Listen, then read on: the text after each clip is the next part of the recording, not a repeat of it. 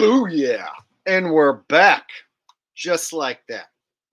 I haven't been going live in a while. It's been like a week and a half, so figured it has been long enough.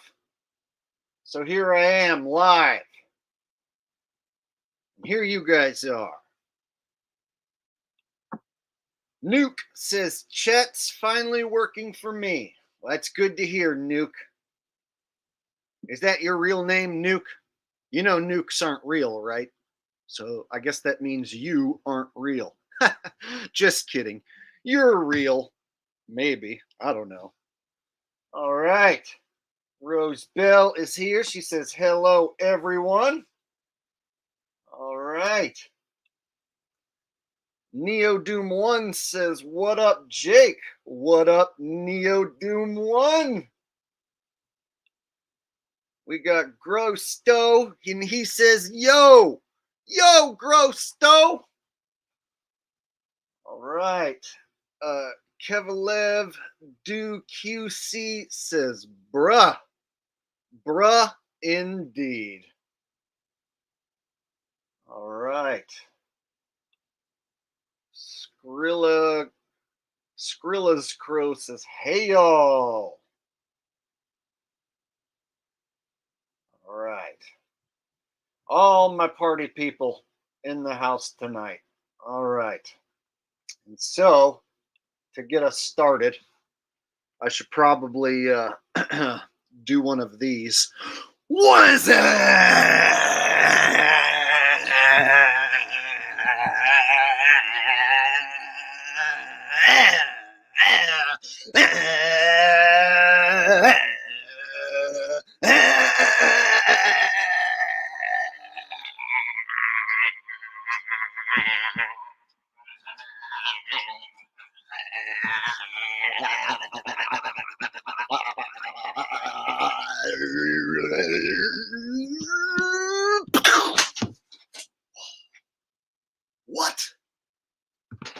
What just happened? What was that? Who are you? Just kidding. Or am I? All right. Now that I got that out of the way, we can start the show. Are you guys ready to start the show? All right. Mr. Mystery says, LMFAO, what did I... Well, you see, if you're referring to my what's up, I do that every once in a while because it's like a sort of a crazy little tradition that I started. So it used to be something that was done on commercials, and then people stopped doing it. So then I did it and did it extra over the top. And then people started wanting me to do it, and then it became a thing to like keep that tradition alive by doing that every couple streams. So I don't do it every single stream, but I do it usually once every 2-3 streams just to keep the tradition alive. And there's really no other good reason other than it makes people laugh and it just feels fun to do. All right. So that is the story behind that. And that's all I had planned. Thanks for joining me. See you next time. No, we got more. I got more in store. I got a whole show.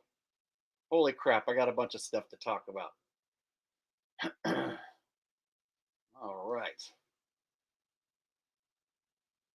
Somebody asking if I would do TikTok live. I don't like that platform.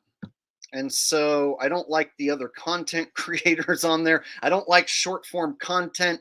Usually it's just a bunch of chicks, spreading their legs and shaking their butt. And like, it's just a bunch of thirst trap videos. And it's like where truth goes to die. And so I just don't like TikTok as a platform, So I gave it a go, had a little bit of success with the NFL videos. And then overnight, they seemingly turned the traffic to the TikTok channel off. And so, and plus there's no money in it. And I just feel like the audience over there is just come and go. I don't feel like I have real solid supporters over there. Whereas here, I feel like I'm talking to my extended family. So, as much as YouTube can suck, it still suits me and what I do better than the other platforms. All right. Suzette Ann says Trump has been chosen to win. I believe that is correct. I think we're going to get 4 years of Trump.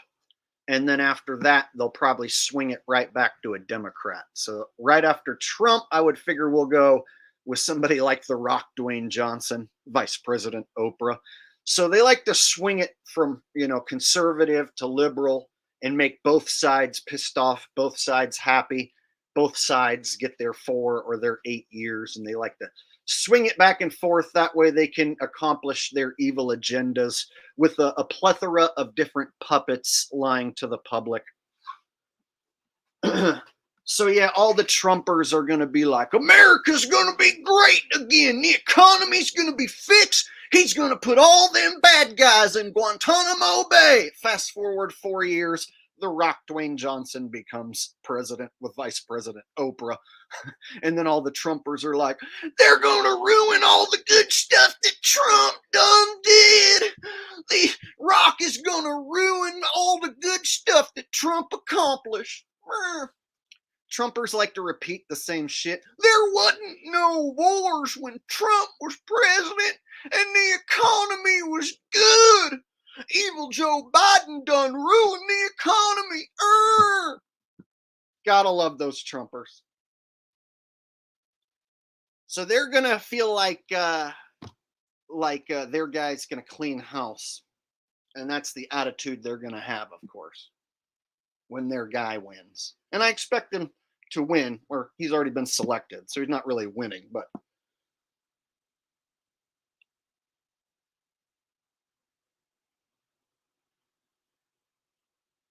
yeah, those people who trusted the plan are going to be like, see, done told you to trust the plan.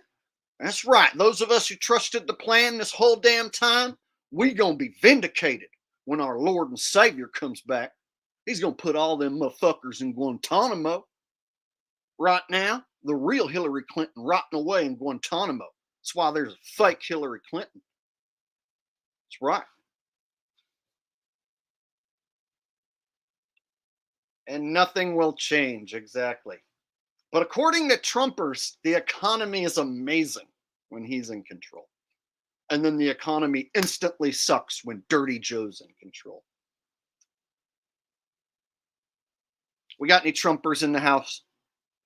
Any Trumpers here want to try and defend Trump? It's usually at least one or two.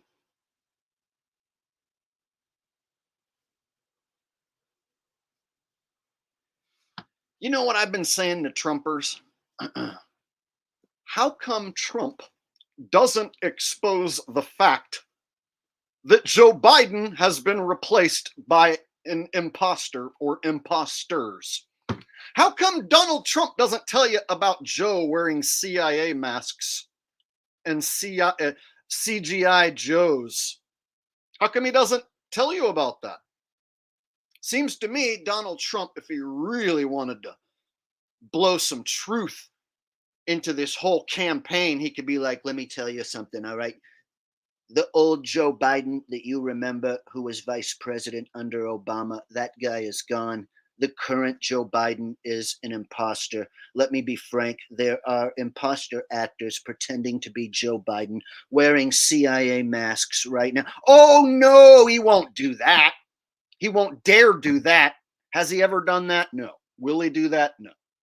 But Jake, he's not allowed to do that. Oh, well, then he's a controlled cuck puppet. Does Trump expose that Biden has been replaced? No, he doesn't. And that's just one thing that he doesn't expose. Let me tell you what, if Trump was to come out and expose that Joe Biden has been replaced, I would become a Trumper.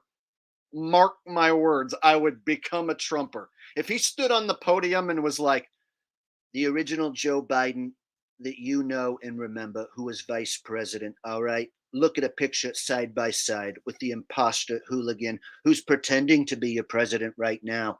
Right now, you have an imposter wearing a CIA mask. I have reason to believe it's Dana Carvey. If he said that, I'd be like, oh my God, Trump is dropping truth bombs. I support Trump now. I'm going to vote for Trump now. I'm totally going to vote starting now. I would become a voter. But he's going to have to expose that Joe Biden's an imposter in order to get me. In order to get my vote, he's going to need to expose Joe as being played by actors.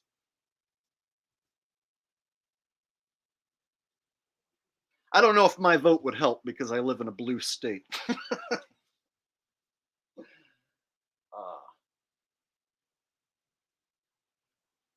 And Trumpers are always like, he is going to tell everyone. Once he wins, he's going to tell everyone the truth about everything. The same guy who promoted the jab, yeah, this next time when he wins, he's going to tell you the truth about the jab. He only promoted it last time because he was trying to trick them Democrats into taking their own poison.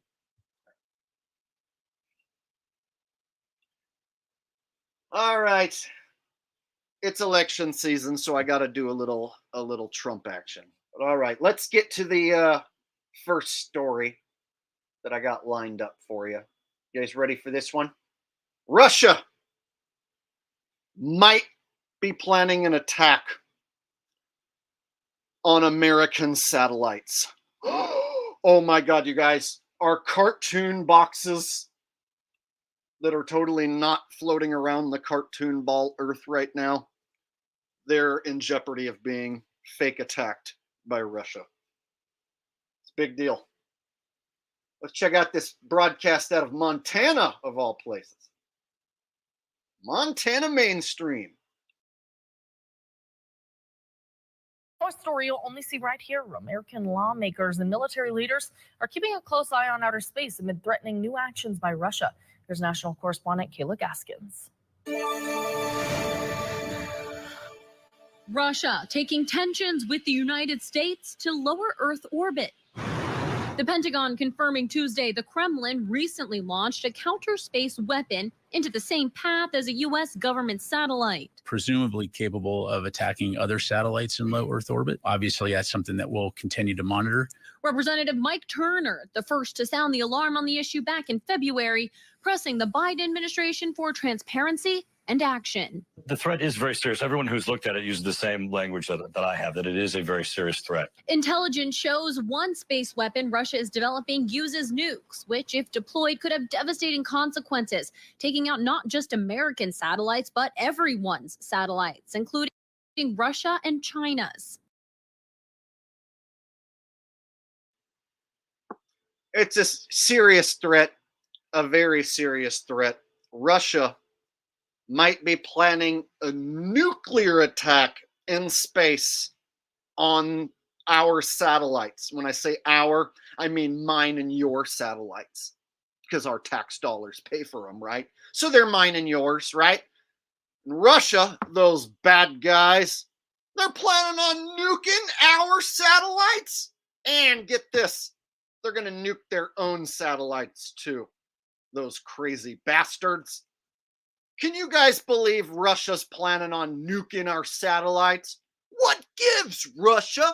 I thought we were cool, bro. I thought we hung out with each other on the space station. I thought that our astronauts and your astronauts, you know, they hang out together and they float around inside the space station. You guys are totally cool with agreeing that Antarctica is only to be used for scientific exploration. They totally don't fight over Antarctica. Nobody nuking nobody on the space station. Nobody nuking nobody in Antarctica. But those assholes are planning on nuking our satellites and their own satellites. Well, I bet you when Trump comes back as president, him and Space Force are going to have something to say about that. Holden coming in with a donation. Thank you very much, Holden. I appreciate that. You are a good supporter of the channel. Thank you for being here. Thank you for the donation, buddy. I appreciate that. All right, in all seriousness, folks, like Russia, who we're not fighting on the ground right now, we're friends with them in the space station and in Antarctica. And there's pictures of our presidents with Putin shaking hands. But now suddenly Russia's mad and they want to do some attacking, but not here on the ground, in space. And the target is the precious cartoon boxes in the sky, such as the one we see there. Yeah. Now, I've brought this up years ago, that the notion of leaving multi-million-dollar pieces of equipment just floating is just ridiculous. Like, yeah, we take these multi-million-dollar pieces of equipment and then we just have them floating around up there. You know, Russia, China, whoever, the bad guy aliens can come along, the alien grays, whoever, the Anunnaki, they can come along and steal the satellite, reprogram it, damage it, blow it up. Yeah, it hasn't happened yet, but we know that the day is coming. Somebody's going to attack our satellites, and they're just sitting there, these multi-million-dollar pieces of equipment, just chilling.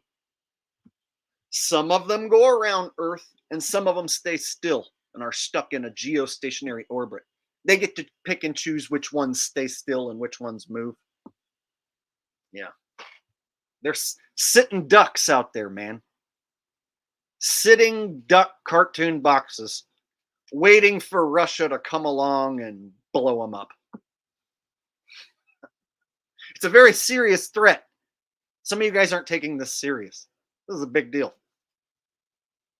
Or you guys think this is some sort of joke? Our freaking satellites might get blown up by Russia, for Pete's sake. We should all be super duper scared. So why would the Russians do this? The United States is more reliant on satellites than any country on the planet for everything. GPS, communications, internet, the whole shebang. Life would kind of be like 1986 in a lot of ways. Replacing satellites would be time-consuming and extremely costly. Also, experts say parts of space would be unusable for up to a year. But like the most immediate thing is that's a pretty big act of war.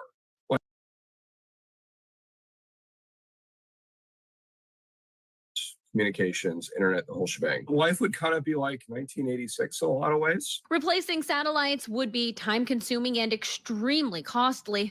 Also, experts say parts of space would be unusable for up to a year. But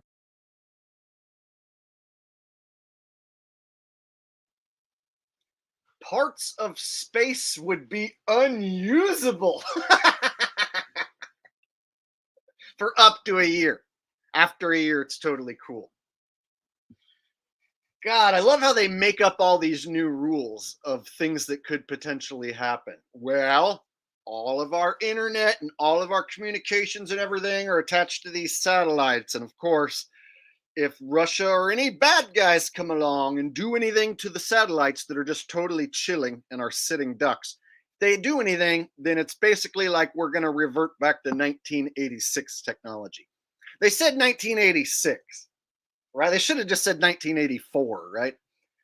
Anyway, so now they can, like, if you think about it, theoretically, they could start having our technology go in reverse and then blame it on space war, you know?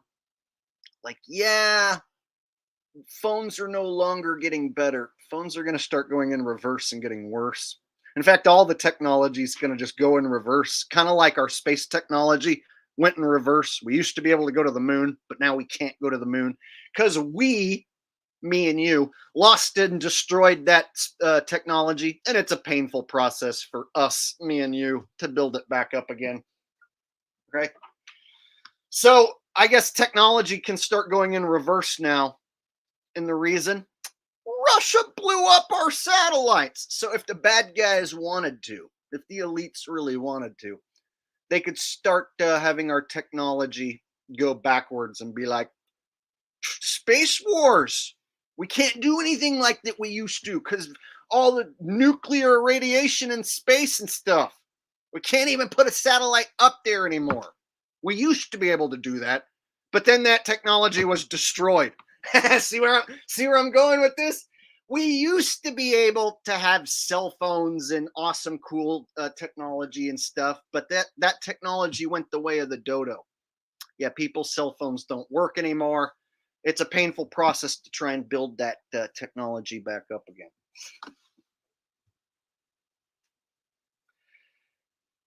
They can use space wars in a lot of different ways against us, if you really think about it. Any sort of war that goes on in space, they can just show us some CGI and be like, look, Russia attacked our satellites, and then just show some CGI crap, and people are going to believe it. You're not going to be able to verify a war in space. So rather than wars on the ground that they're already faking, now they're going to transition into war in space. Star Wars, if you will. All right, Brandon Stone says, do you think the Little Hat Tribe will have Donald Trump win in November? Easier to start World War III with a president that is well liked. I think that he's already been selected. And so I think it just suits the agenda to swing it back to the conservative side. And then when he initially gets elected, then you can have a bunch of like BLM riots and stuff, a bunch of like black people tearing down Targets and Walmarts and whatnot in the hood and saying, he's not my president, so therefore I'm going to rob my neighborhood. You know, I'm going to go burn down a bunch of businesses because Donald Trump makes me angry. You know, one of those sort of things. So there'll be plenty of chaos to go down with just him getting elected. And so I think it fits the narrative to go back to Trump and then make all the conservatives, all the so-called patriots and right-wingers and gun owners think that they're guys in charge doing something. So they can keep all the people who do own guns and consider themselves patriots worshiping one of their controlled puppets and believing that their controlled puppet is actually in control, fighting the bad guys, while stringing them along for 4 more years until The Rock Dwayne Johnson takes over as the next Democrat president.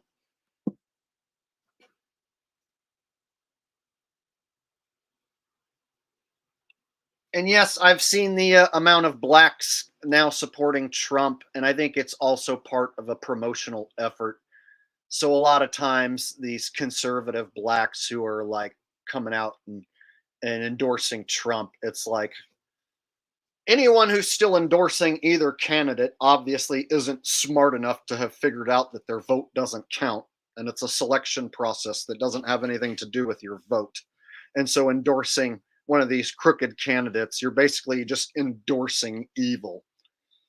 And so if you're not calling out both candidates as evil and working for the same evil, if you're not calling out both sides as wings of the same dirty bird, then you're just basically a dupe who's been duped.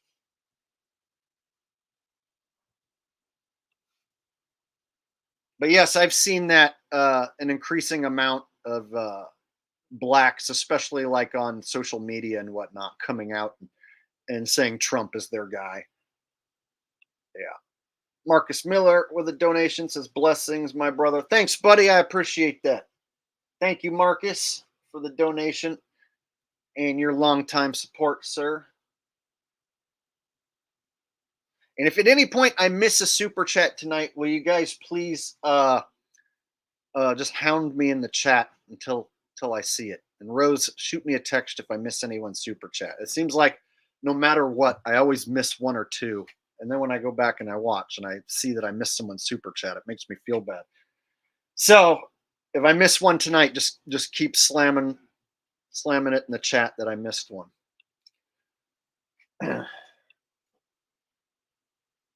All right, let me finish up this news report and then I'll go on to the next one because the next one's even more dramatic than this one. Here. But like the most immediate thing is that's a pretty big act of war. Like if the Russians detonate, we may be less concerned about when can I be using my GPS or posting on Instagram and more concerned on, holy cow, we're now at war with a nuclear armed adversary. Congress says they're monitoring the threats. We have to stay on top of it because it is a dangerous step in the wrong direction. Any use of nuclear weapons in outer space by Russia would violate a treaty signed by Russia and the United States explicitly banning such action.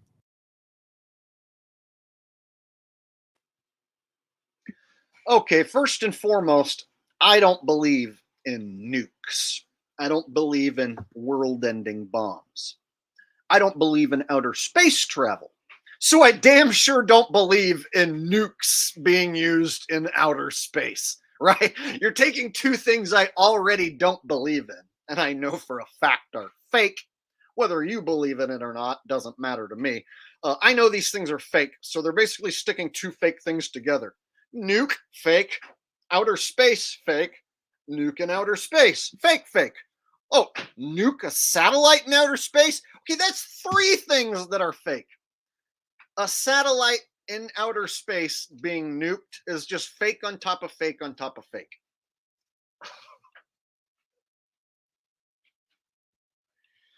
Emily Henderson says the anti-Russia BS is to wrestle control of the Syrian pipeline away, and BlackRock would like to obtain agro land in Ukraine. I don't know much about the space topics, but thank you for helping Luna on the other channel. You're a good man. Oh, thank you, Emily. I appreciate the donation. And seeing what happened to Luna is just seeing the pictures of her injuries is just, it's painful just to see the pictures. And so I'm trying to help get the word out so that people stop supporting GOTUS. And so I'm going to continue to do that. And so thank you for keeping up with both channels. And as far as this thing with Russia, they've been using Russia as a potential enemy for so many decades now that it's like, it's kind of ridiculous at this point. Like, oh, we could go to war with Russia at any moment, but we're friends on this space station. On the space station, they float around in the same tin can. All right, let me get some of these other super chats that are all coming in at once. Kevin Arnold says, stay on topic. Sorry, bro. It's a live stream. People send in super chats that sometimes talk about other things. And so sometimes I have to jump from one thing to the next. But I am going to jump back to my original topic. And I have a couple other topics lined up. So it's up to you to stay with me while I jump around from topic to topic. Thanks for the donation, Kevin Arnold from Wonder Years. How's Winnie Cooper doing, Kevin? How's your brother Wayne? I know I say that to you every time. Marcus Miller, not the bass player, but just some other dude, says, do you know the Apollo program and space vacuum theory came out about the same year as Black & Decker cordless vacuum? Black & Decker owned by NASA, just saying. Interesting. I never put those two together, bro. That's actually quite intriguing because the whole theory that outer space is an infinite vacuum is just a ridiculous concept. So to think that NASA owns a vacuum company is kind of hilarious, right? Well, you know, they're in outer space, which is it's a infinite vacuum. So why not make vacuums too? You know, it just makes sense.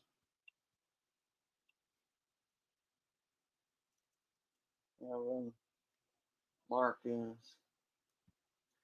Javid coming in with a donation. Glad to see you, Javid. Says the world stage is scripted. Remember the Cell games when the fake news had us believe Mr. Satan saved us from Cell.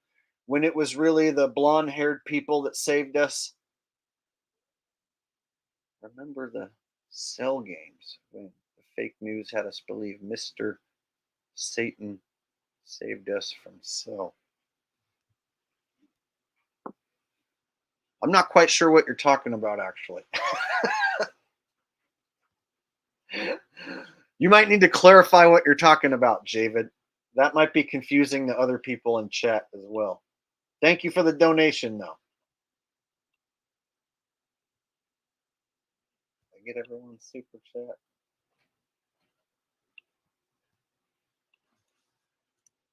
Looks like I missed one of them.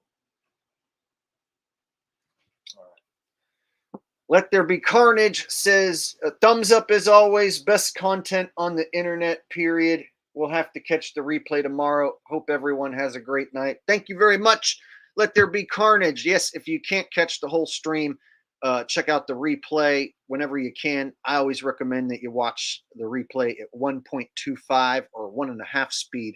I talk faster, get to the point quicker. You can get through the stream quicker. And I've started posting timestamps in the comment section so you can jump around to whatever topic you feel is most important. All right. I think I caught up on all the super chats. All right. So let me go to the other video I wanted to show you.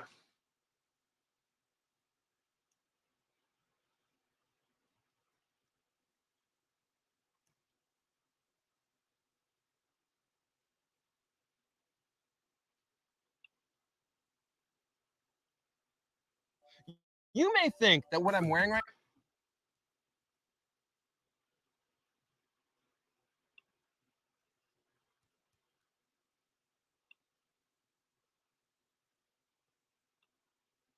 tensions between Russia and the United States is spilling over into the realm of space. Our next report explains how a Russian spacecraft tailing an American spy satellite in low Earth orbit has ignited concerns over the militarization of space and a new space race. Spy satellites are the sentinels of the skies.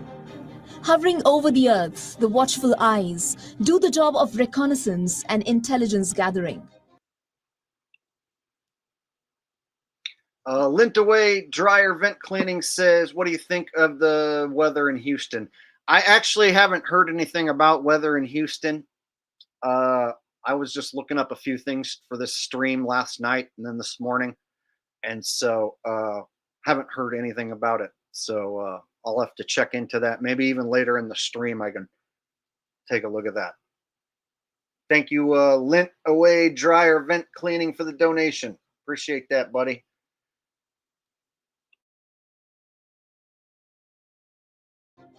They also engage in spy wars. In a scenario reminiscent of the Cold War, the Americans are spooked by a Russian spacecraft dubbed the Cosmos 2576. The Pentagon says the Russian satellite is tailing its satellite that was launched in 2021. While the Russian satellite has not directly approached the US satellite, its presence in the same orbital ring has set the alarm bells ringing. Well, there you have it, guys. You can clearly see the Russian satellite following around the American satellite around the globe Earth. I mean, clearly that's a genuine, authentic picture of the Earth from space. And we have a picture of the Russian satellite totally following like a creepy weirdo the American satellite. What gives, Russia? What's with your creepy weirdo satellite following our satellite around? Why don't you get lost, you creepy weirdo, and leave our satellite alone? Leave our satellite alone! Leave our cartoon box with wings alone!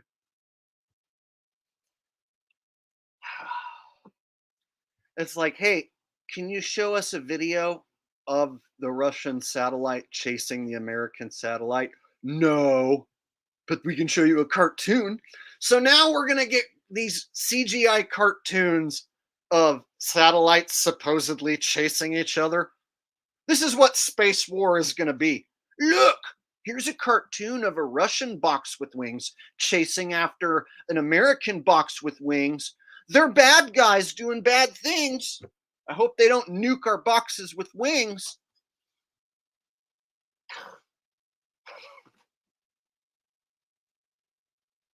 Right? So I was waiting for him to set the table for aliens attacking, because that's supposed to be something that they do at some point, is convince us that aliens are attacking. But it's looking like now instead they're going to go with possibly Russia attacking in space. So which is it going to be? Are the aliens going to attack Earth and then we're all going to unite and become one world government to fight back against the fake aliens that are fake attacking us? Or are we going to have Russia violate some treaty with a fake nuke in fake space? And then World War III be announced. Which one comes first?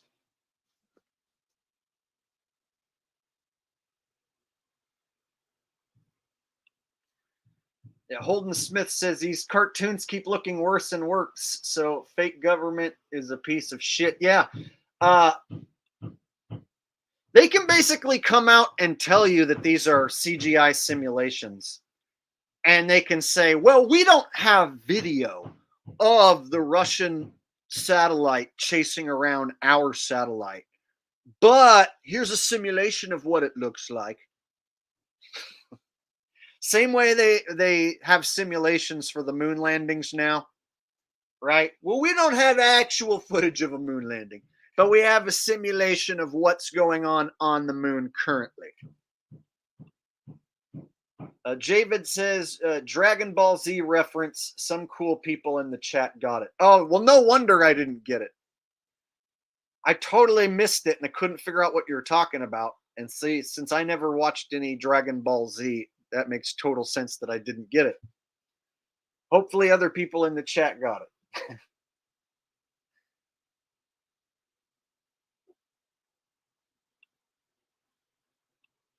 See, if you look at a satellite, there's no things on it to make it like go anywhere. It's just like a box with these flat wings. And so there's no lights on them. And so people say, oh, I see satellites at night. I look with my telescope and with my bare eyes and I see satellites up there. It's like, well, satellites don't have lights. And so it's funny how they'll say that some satellites are moving around and orbiting Earth, and people think that they see those from the ground, you know? And shouldn't they be in the umbra of the Earth, like the shadow of the Earth, like at nighttime? If you're looking off in the darkness of space, how are you seeing this satellite? You see what I'm saying? So it always seems strange to me that people even think that they see satellites. Well, I know that satellites are real because I see them. It's like, do you see a box with wings or do you see a dot? You see a dot, but you don't see a box with wings. You assume the box with wings is the dot and the dot is the box with wings, but you don't actually see a box with wings. See what I'm saying?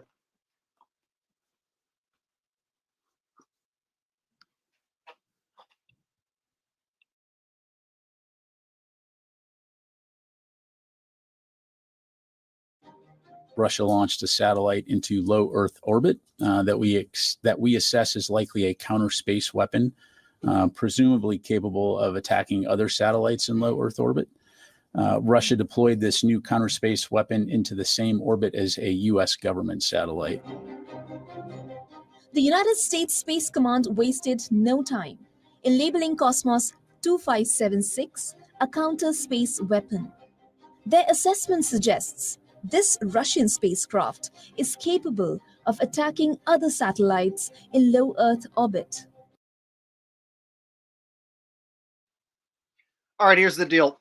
If you Google satellite in space, you're going to see pictures like the one on screen, which are clearly CGI. Just about all the pictures when you Google satellite in space are just straight up cartoons. Don't even look real at all. And what is it that we're looking at? A box with wings. Where's the lights? Where's the thrusters? Oh, it doesn't have thrusters, Jake. Oh, well, then how come some of them orbit the Earth and then some of them supposedly stay still?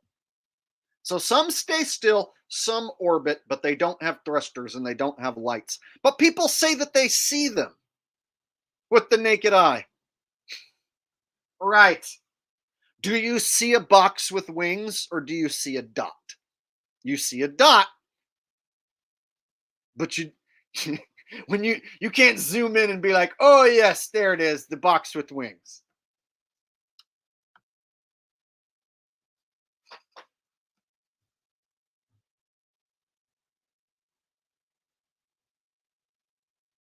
And then mixed in with the cartoon and CGI pictures, they'll have one that looks like a trash can hanging in front of a green screen. So they'll have ones that look more real, but it basically looks like a high-tech trash can with wings that they have hanging from a wire in front of a green screen, and then they just digitally take out the wire, right? And then add in outer space. And so my thing is like, well, so another satellite took a picture of the satellite. If you have real pictures of real satellites, what took a picture of the satellite? Oh, well, Jake, a satellite took a picture of the satellite. If a fucking satellite took a picture of the satellite, then why can't they take a picture of the Russian satellite that's following the satellite? Take a picture of the Russian bad guy satellite and show it to us. Oh, they can't do that. Why not? They can take a picture of these other satellites sometimes. So they can pick and choose what they take a picture of with satellites. But they don't show us the Russian satellite chasing the American satellite.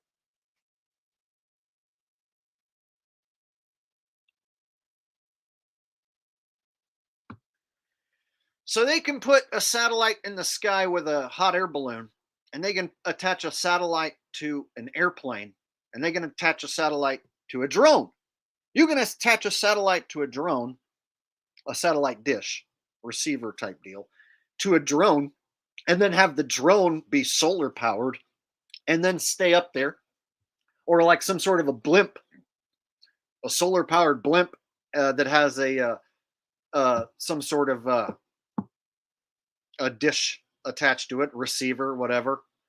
See, so you could put that stuff up in the sky without it being in outer space. And you can Google pictures of planes with satellite dishes attached and hot air balloons with satellite dishes attached to them. And those ones aren't cartoons. So you can actually find non-cartoon examples of satellites attached to planes and balloons. So I can argue that you can get a satellite in the sky. It's just not going to be a box with wings in outer space that can be nuked by Russia.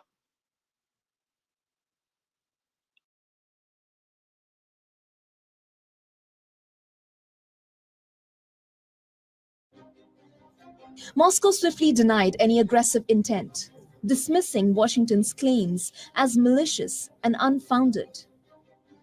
Russia asserts that the Cosmos 2576 is purely for inspection.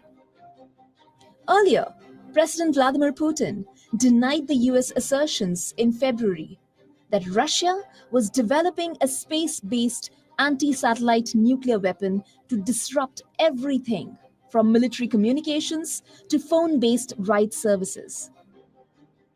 The legacy of the Cold War echoes in the silent void above, where technology, ideology, and national security intersect. The stakes are high, but the potential to impact the future of space exploration. Will cooperation pave the way for peaceful exploration, or will mistrust and suspicion lead to an arms race in space as well? Bureau Report, We On, World is One.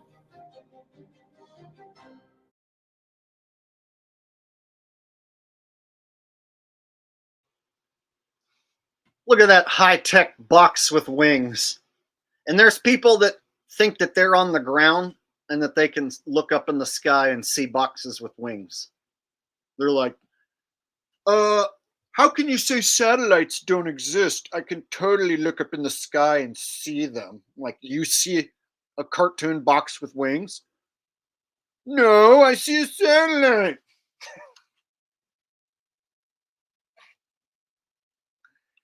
All right.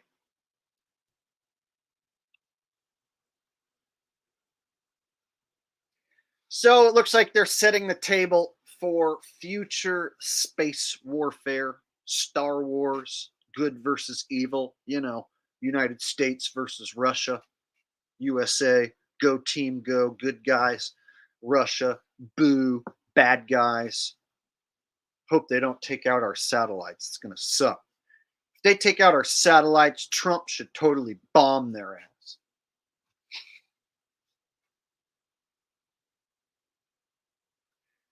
Imagine Trumpers believing that Russia might nuke our satellites, and they're like, they better not touch our satellites. If them motherfuckers mess with our satellites, you know what Trump's going to do? Trump's going to nuke their asses. You nuke our satellites, Trump's going to stick a boot up your ass. It's the American way. Trump don't mess around in space, all right? That's why he created Space Force. Trump created Space Force for this exact reason. You try and nuke our satellites, we'll put a boot in your ass. In space. We'll put a space boot in your ass.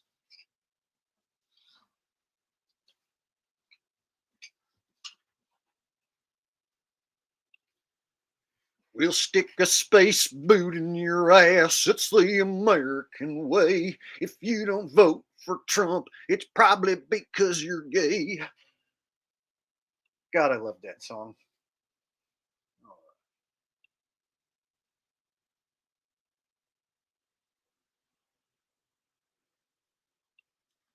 As you know, when I return as your Lord and Savior, President of the greatest country that there ever was, I'm going to take the reins over its Space Force that I created for this exact reason. And I am going to be running Space Force. Are you ready for this? Completely 100% unrenewable Trumptricity.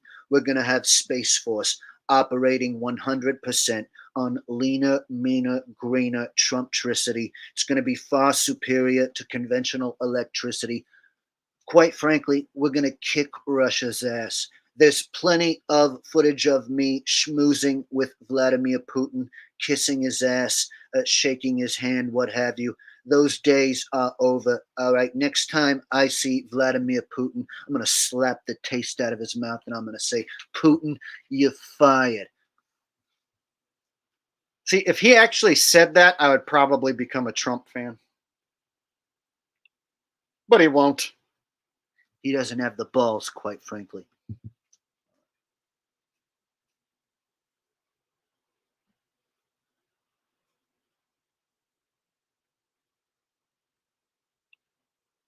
Where can you order your very own space boots? Oh, you're going to have to call NASA. I'm sure they'll give you a good deal. Just tell them you're a taxpayer. They'll cut you a break. You can use my promo code down below and get 15% off some space boots. Just kidding. You have to pay full price, bitch.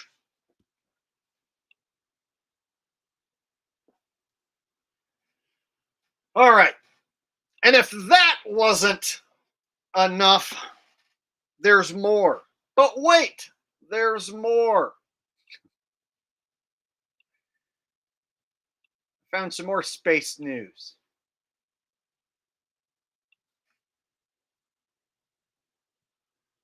So apparently, I don't know if you guys heard about this, but NASA has possibly discovered alien life. They believe they possibly maybe found some Dyson spheres. You guys heard about this? Dyson spheres. Yes, it's quite scientific. If you even science, bro, then you should know about Dyson spheres. So let me go ahead and show you guys the good news about this awesome and amazing intergalactic discovery.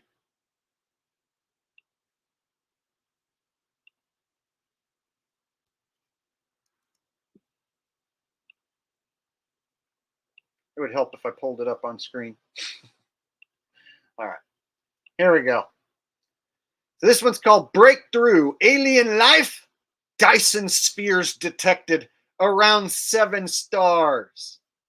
Ooh. Imagine if we could detect signs of super advanced alien civilizations in our galaxy. Exciting, right? Recent research suggests that at least 7 stars in our Milky Way might be surrounded by Dyson spheres, hypothetical structures built by advanced civilizations to harness energy from their stars.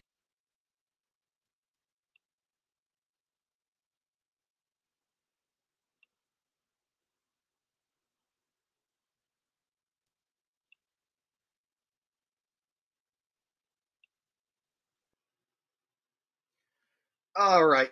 Got a super chat coming in from Javid. Says, I think you breaking down the moon landing debate recently, Sabrell versus Joe Rogan, and Witsit on InfoWars debate would be entertaining. Yeah, there's a lot to get to. So I'm going to get to Witsit later on in the stream. Him and Jaron and Fight the Flat Earth Craig, Mick Toon. They look like they're cooking up some sort of scheme, some sort of scam to possibly bury the flat Earth topic even more, and it might even involve Jaron or David Weiss coming out and saying the Earth is a globe because of the sun and Antarctica going around doing a 360. So I'm going to get to that in the later part of the stream. So thank you, Javid, for the donation. I appreciate that, buddy. Looks like I had another one from OJ and Toothpaste. Says, does Bobby and Hank Hill believe in this space shit? But Dad, do you think that Donald Trump is going to save us from the Russians? Bobby, of course Donald Trump is going to save us. If we're going to get to space, we're going to need a whole hell of a lot of propane. I sell propane and propane accessories, and I'd be happy to give Donald Trump a 15% discount off of my propane accessories. But Dad, is he gonna win against Joe Biden? Bobby? All right. I don't know why you wanted Bobby Hill and Hank Hill. That's random. I had to randomly pull that one out of my ass. Anyway, so thank you, OJ and Toothpaste, for the donation and the Hank Hill and Bobby request. All right, so this video, let me just go back and replay the first 19 seconds because it's pretty hilarious.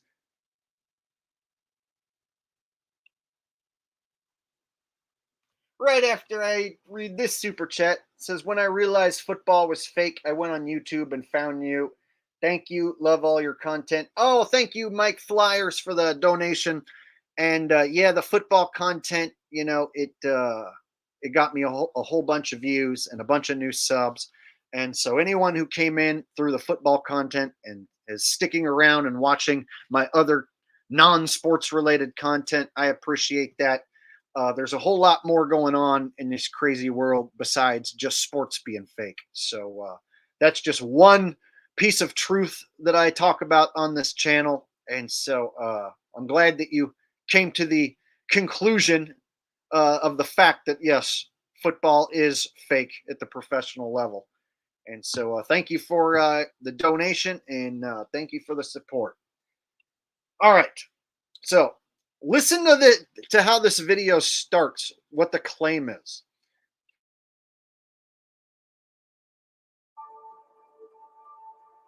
Imagine if we could detect signs of super advanced alien civilizations in our galaxy. Exciting, right? Recent research suggests that at least 7 stars in our Milky Way might be surrounded by Dyson spheres, hypothetical structures built by advanced civilizations to harness energy from their stars. In this video, we will explore structures built by advanced civilizations to harness energy from their stars.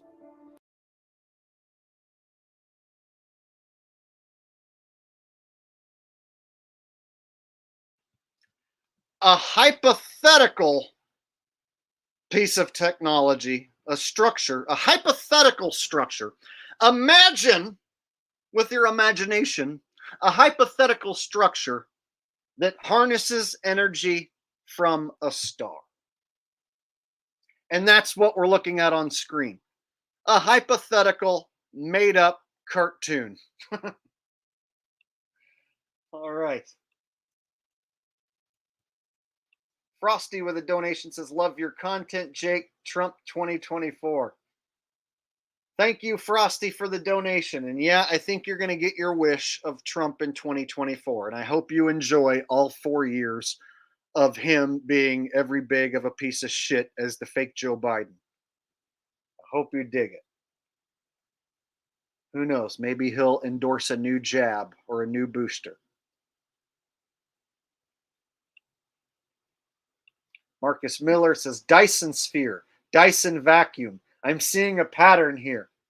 Hey, there you go, man. So this one, right away, man, within the first 20 seconds, they're like, imagine a hypothetical structure that harnesses energy from the sun. And then they show you this rotating thing. So right away, they're like, just proposing something just completely made up, a science fictional concept.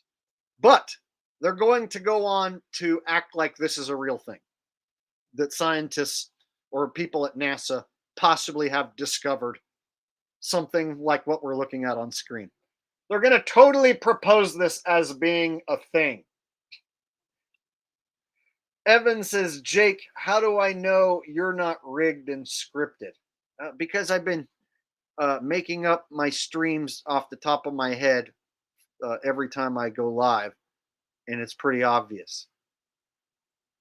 You can tell by the way I read a bunch of people's comments that I'm just making it up as I go along. And a lot of my jokes and voices and impressions are just all made up on the spot. And so that pretty much goes to prove that I'm not rigged and scripted. So I have some stuff that I plan to talk about, but I don't know exactly what I'm going to say or how long it's going to take to say it or how it's all going to go down. I don't know what questions you guys are going to ask. I don't know what super chats are going to come my way. So basically, it's impossible for this to all be scripted, what I'm doing. And you would have to be part of the script right now. See? So are you part of the script? And thank you for your donation, Evan. All right.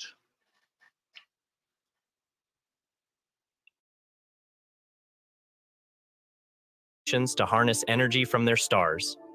In this video, we will explore the new findings, understand what Dyson spheres are, and delve into the significance of this discovery. A new project, known as Project Hephaistos, brought together a team of researchers from Sweden, India, the UK, and the USA. Their goal was to analyze vast amounts of astronomical data to uncover signs of advanced civilizations. They focused on technosignatures, which are indicators of technology used by intelligent beings. One such technosignature is unusual infrared emissions that might suggest the presence of a Dyson sphere. Wow, a lot was just said there. So they're using infrared technology or they're looking for infrared technology to see if there is a Dyson sphere. And a Dyson sphere is a highly advanced technological structure created by advanced beings.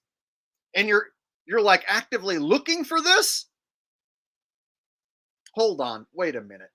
So there's technology to look for highly advanced technology more advanced than the technology we currently have. So we're using our technology to try and locate millions of light years away, trillions of miles away, what have you, trying to locate higher, more advanced technology than our own. Wow. Imagine that humans used to walk on the moon and then they lost and destroyed that technology. But they created technology to find alien technology trillions of light years away, such as Dyson spheres. So we have technology to look for Dyson spheres, but we lost the technology to go to the moon. Right? I mean, duh, don't you science, bro? The technology that we lost and destroyed to go to the moon is a painful process to build it back up again.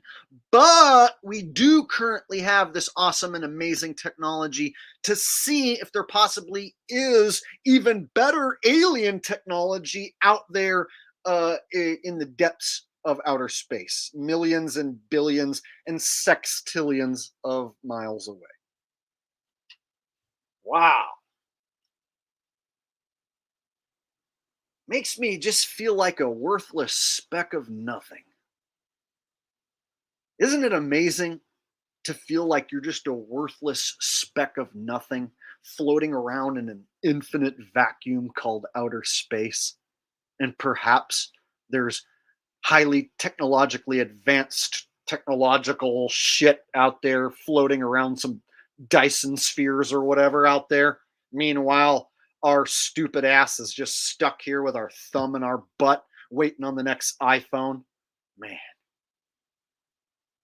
Don't you love science?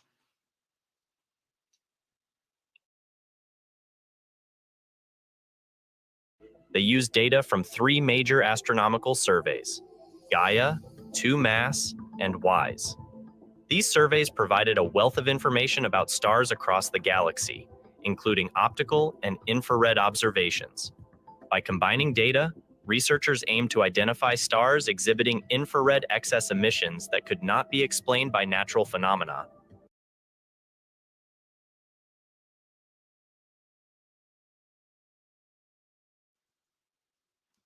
Look at the data. Check out that data. Oh, yes. This looks like it's some sort of alien technology. Oh, look at this black dot right here, you guys. That's a fucking Dyson sphere.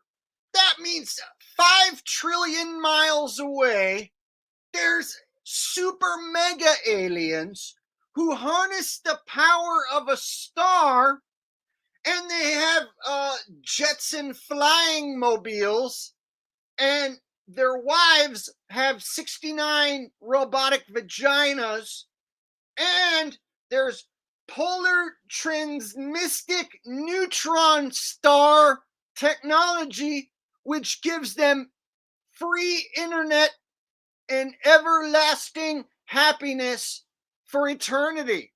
See? Look at this data. See the data? Ooh, look at this data.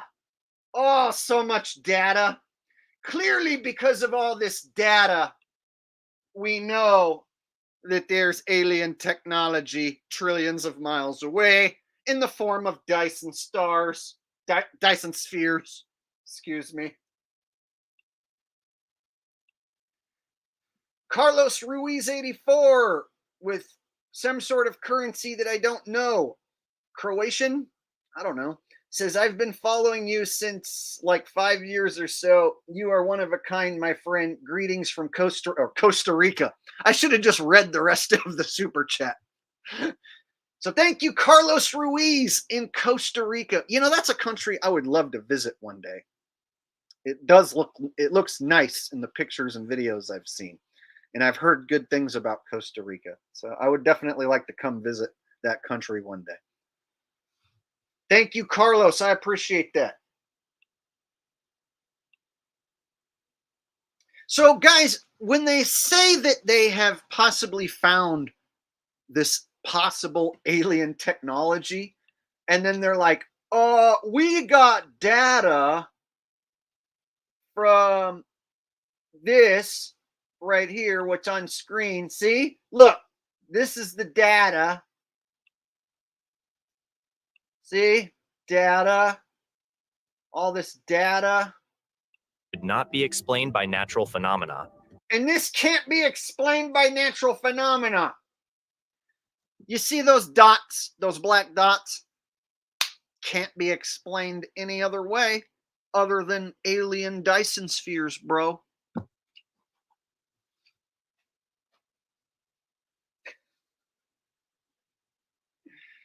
And you know what? If Fight the Flat Earth Craig was watching, or Simon Dan, they would be like, what's wrong with the data? That data purely suggests that there might be a Dyson sphere.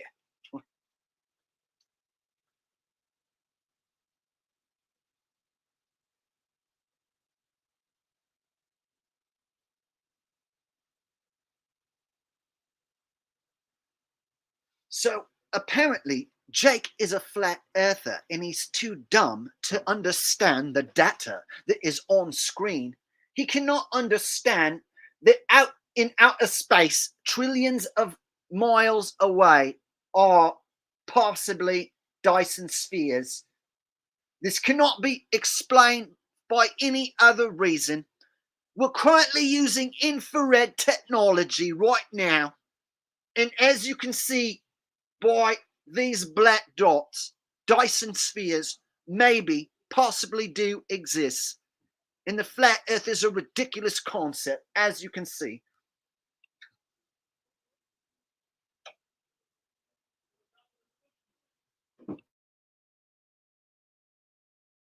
Excess emissions that could not be explained by natural phenomena. They developed a specialized data pipeline to sort out the data and filter false positives. They began by examining around 5 million sources. After filtering and analysis, they identified 7 stars with infrared excess emissions consistent with the presence of Dyson spheres. These stars are all M-type, or red dwarf stars, known for their relatively low temperatures and long lifespans. Globers think that you can figure out the temperature of a star millions of light years away. This one's a red dwarf star, and we know exactly how hot it is. So the star is doing something unexplainable, and of course this means that there is possibly a Dyson sphere with super alien technology harnessing the power of the red dwarf star. God. Imagine thinking that you can know the temperature of a star, a burning ball of gas, millions and billions of light years away. Whatever astronomical distance it is, they're like, oh yeah, we can totally like shoot a laser beam thermometer and figure out how hot every single star is. I mean, duh. We can even figure out how hot the star is inside. We know how much the stars weigh. You just point at a random star. We know how hot it is. We know how much it weighs. Oh, yes, of course.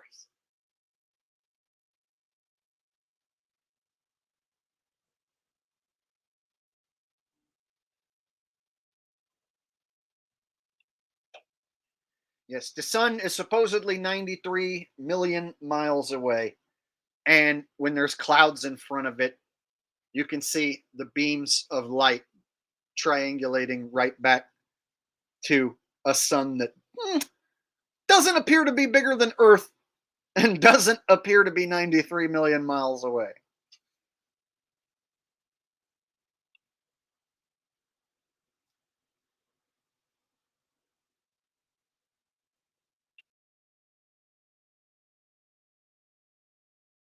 Their infrared excess emissions are intriguing because red dwarfs typically do not have the warm debris disks that could naturally explain such emissions.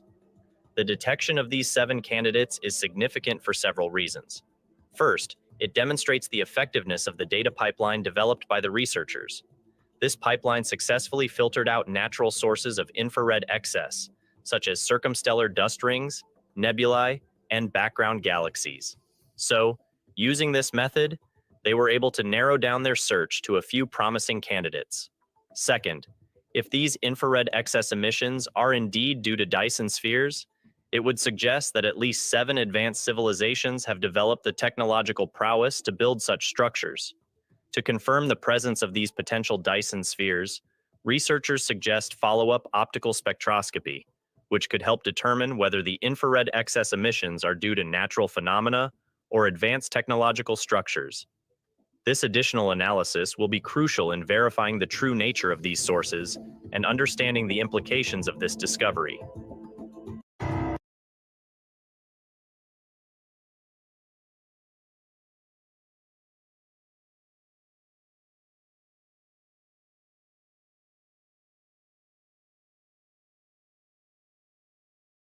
It is significant for several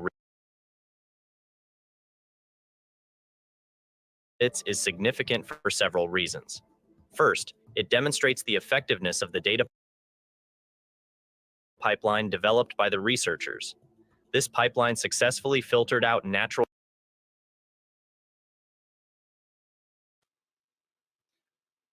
I got a super chat coming in from Dale Hess. Says NASSholes retired the space shuttles without replacing them with something else. Imagine that.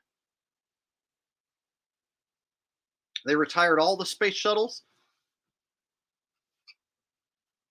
Well, they also work hand in hand with SpaceX now.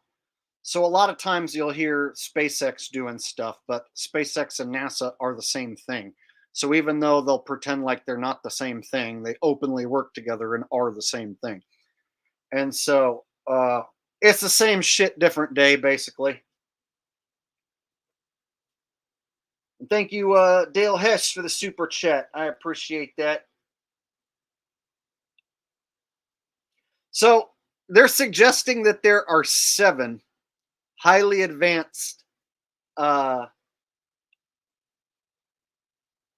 forms of life that are creating structures that harness the power of a star. And then when they actually, what are they actually showing us? Like purple dots on it, on some purple dots. It's like, oh, these ones right here. Look, can you see? These are the ones that might have the Dyson stars in the super alien technology.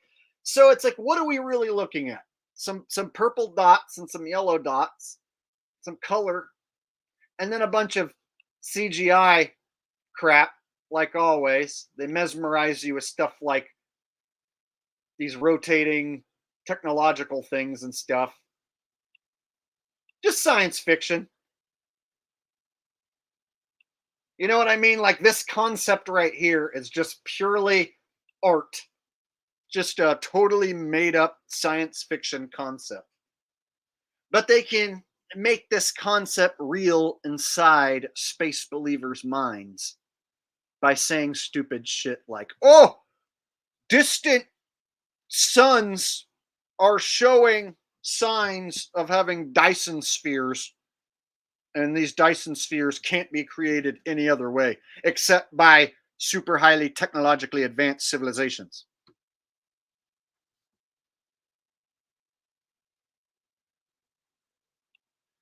So they can get the space believers to keep believing in all this science fiction, which I guess is supposed to be mystifying and cool.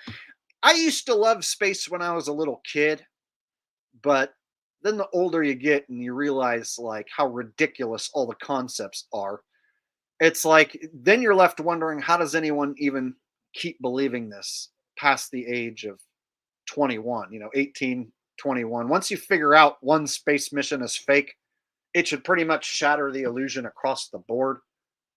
But no, there's still people out there that are mystified by this sort of thing. And they see this stuff on screen as a actual possibility.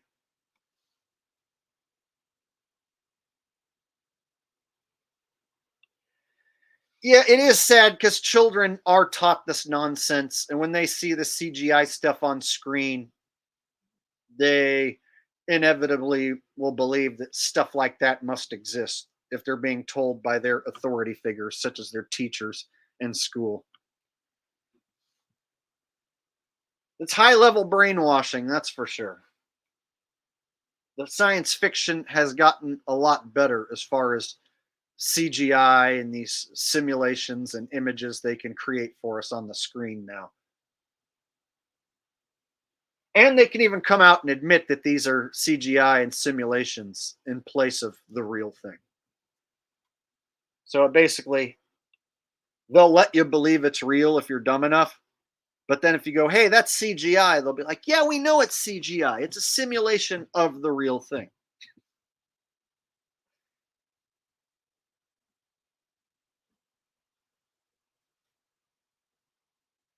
So there we go. Super alien technology, Dyson spheres. And the Russians attacking our satellites. Exciting space news all around.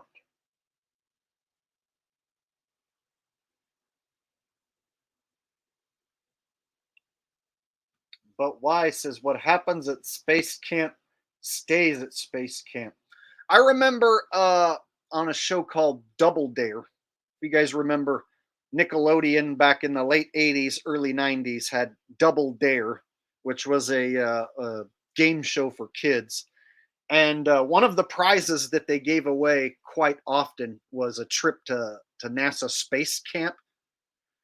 If you can complete the obstacle course in under a minute, you and your family are going to get an incredible trip to NASA Space Camp in Houston. A 5-night stay at the space station, not space station, the space camp place, wherever. So I remember back seeing the families run the obstacle course on Double Dare and rooting for them to win and whatnot, and then being jealous that they win a trip to the space camp. Does anyone remember that space camp? How it was given away as a prize on kids shows? Anyway.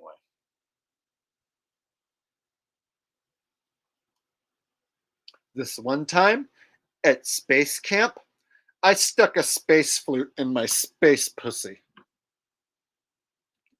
There you go. There's a space American Pie joke. This one time at space camp. Gotta love it. All right. Manuel Gonzalez says the tweaker lunar lander brought it all home for me. You mean this one?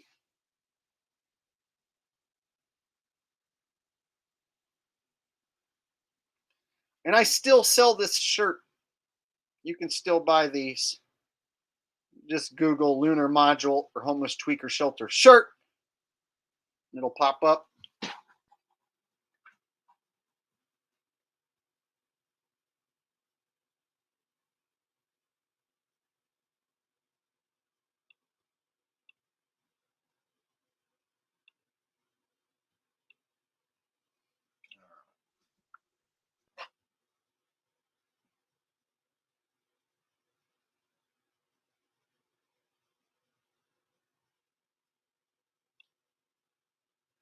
I've been warning everybody for as long as I can remember that it won't be long before Russia nukes all of our satellites, including their own, and the only thing that's going to be left standing is the Chinese nano drones, which of course are immune to nuclear technology. And so the only thing left out in space is going to be a swarm of highly sophisticated Chinese nano drones. And the only way you're going to be able to escape their evil wrath is if you get right with God. You have to have the armor of God wrapped around you. I was in my truck vaping away, and I saw a swarm of these nano drones go flying past. and I immediately rolled up the windows to my overlander and I got the hell out of Dodge. Now, one of the ways that you might be able to save your life is by A, repenting to God and shoving your Bible in between your legs so that it blocks the nano drones from entering your urethra. You're also going to want to buy gold and silver from my link down below. You're going to want to buy a piece of paper that says that you own gold. When the S hits the fan, if you will, you're going to need a piece of paper that says you own gold. And you're going to need to get right with God. But at any rate, I digress. And according to Richie, he doesn't talk like that. So the Richie from Boston has officially seen my impression. And he commented on one of my shorts that I made. And he said, I don't sound like that. WTF. So Richie has officially seen my impression of him.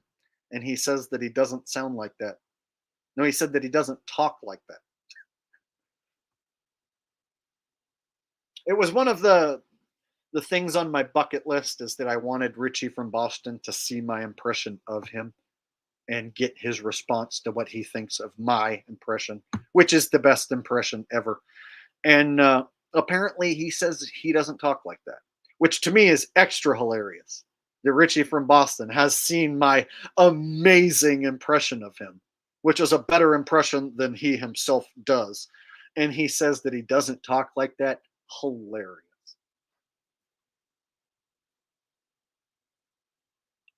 It's quite an honor to be told by the Richie from Boston that you don't talk like that, or that he doesn't sound like that. Yeah. All right.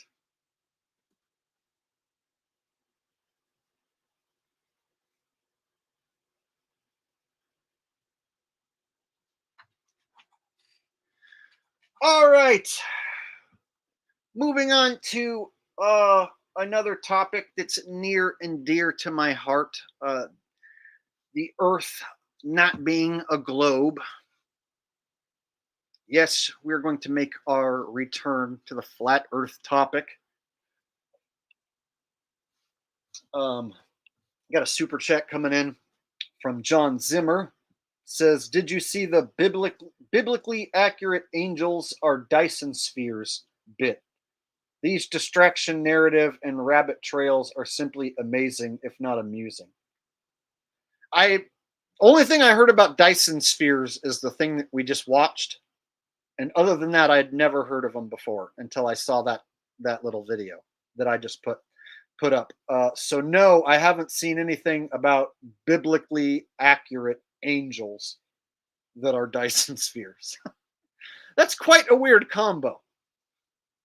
So no, I didn't know that those things have been combined into one thing.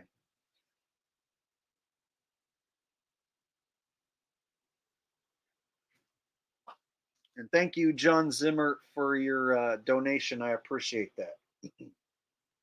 Oh, so that I missed a super chat from Holden. My bad. Let me go back and get it.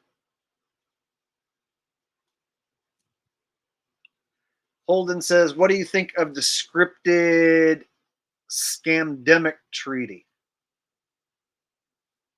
I don't think I've heard about a treaty. Did that just recently happen or something? Pandemic treaty.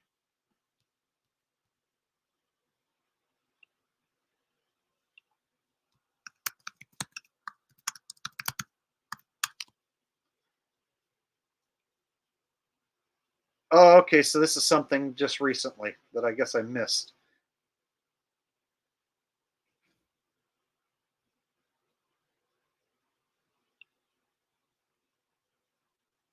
Amid global polarization, the pandemic agreement encourages cooperation. The treaty under negotiation is a life-saving tool that will ensure no one is left when the next pandemic strikes. Ah, okay. So that sounds like they're going to want to get more countries more deeply involved. Thanks, Holden. I missed that apparently. So yeah, I just looked up a quick article. So my guess is there's some countries that didn't go along with it quite as much as others. So for instance, like Canada went hardcore, Australia went hardcore, United States went hardcore, the UK went hardcore. But then like small towns in like Mexico, nobody gave a shit, right? And people didn't walk around, not everyone was wearing masks and getting jib jabbed and stuff like that. So I think that some of these countries where they didn't really make a big deal of it, they probably are going to try to get them more so on board. That's my guess. That way you don't have a handful of countries that are like, oh yeah, we don't have any restrictions here and everything's just fine and no one's dying. So they're going to have to get everyone on board. If they're going to do another pandemic, they're going to need all the major countries on board claiming, oh, yes, it's so bad. It's terrible. People are just falling over and dying.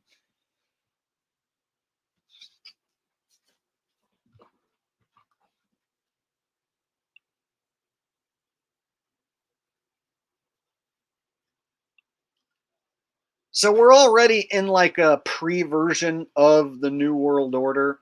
So we're getting close to one world government, one set of rules, but it's still several years off. So they need the right event or series of events to get us to be under one set of rules, one government, one entity, rather than all these fractured countries and fractured governments and stuff. So between a fake alien attack, another world war, uh, another scamdemic, between all these events, they can erode away at different governments supposedly against each other and have them all cooperate and work together seemingly, which they already are, except they still have people believing that the world governments don't work together. People still don't believe that all the major world governments are in cahoots. So we're getting close. We're getting closer. So the right event or events will set up one world order, one world currency, one set of rules.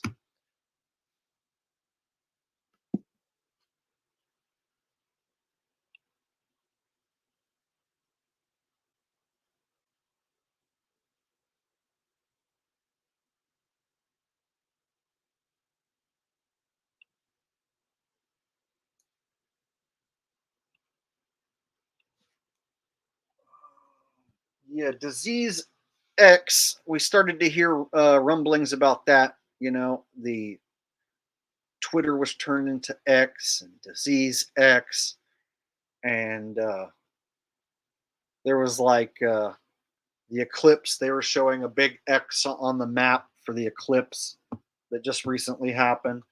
So it seems like there was a lot of predictive programming around the letter X.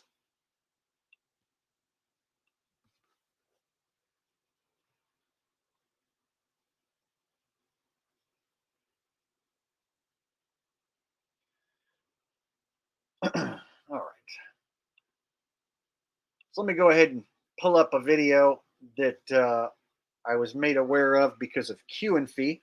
So Q and Fee did a video calling out some flat Earth shills and globe Earth shills who appear to be cooking up some sort of scheme, some sort of scam to possibly destroy the flat Earth topic and bury it even more so,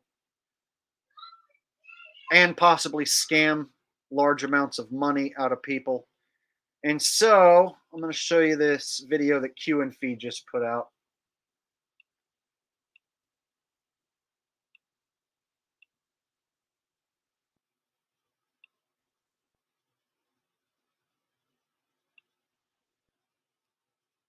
just to clarify, there will be one globe earther and one flat earther whose all expenses will be covered to go to Antarctica for however long the experiment takes. Is that right? That's right. Yeah. So then why can't we go and just see it for ourselves? Well, let's just see if they'll let us. Oh, they will let us. I've already checked into it. Right. They'll absolutely let us. Let's go. If you thing happened at the South Pole and the 24-hour sun was seen, would that convince you the Earth was a globe? Yeah, it would be a major problem for flat Earth for sure. I've said that on record 100 times. You're right. If it's exactly the same as it is in the north, that matches the globe perfectly and not a flat Earth. Okay, no, I was just wondering. Do you think that is the position of the majority of flat earthers? Yeah. No. Jaron, do you agree that that is the position of the majority of flat earthers, that if the 24-hour sun was confirmed, that that's a problem? Yeah, I mean, I think I need to see it. What they do is they never let you see 24 hours a day. They never let you. They cut the tape, they edit it, and Jaron of Jaronism actually has emails from them asking, why are you cutting the video? And they give him these stupid explanations. Yeah, I mean, I think I need to see it.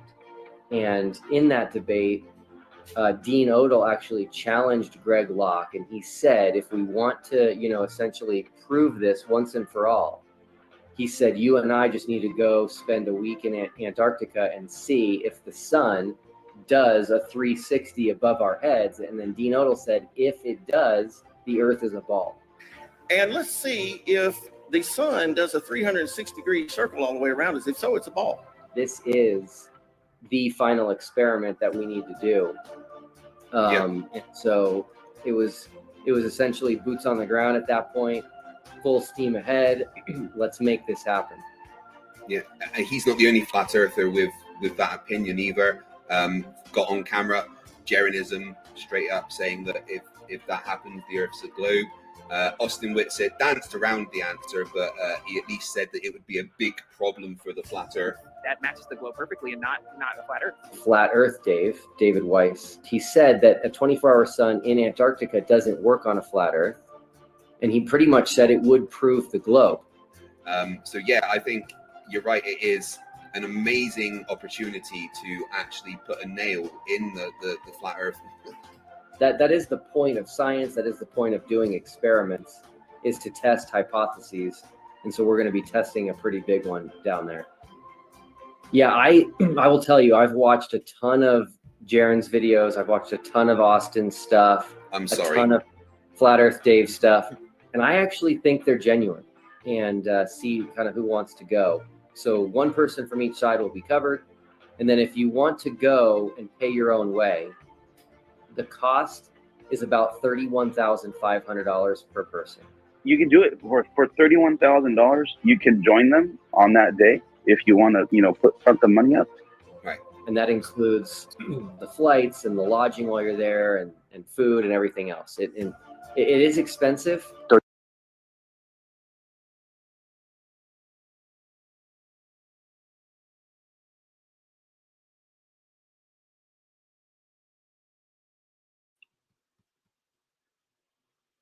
Okay, so I had a super chat come in. Let me read that.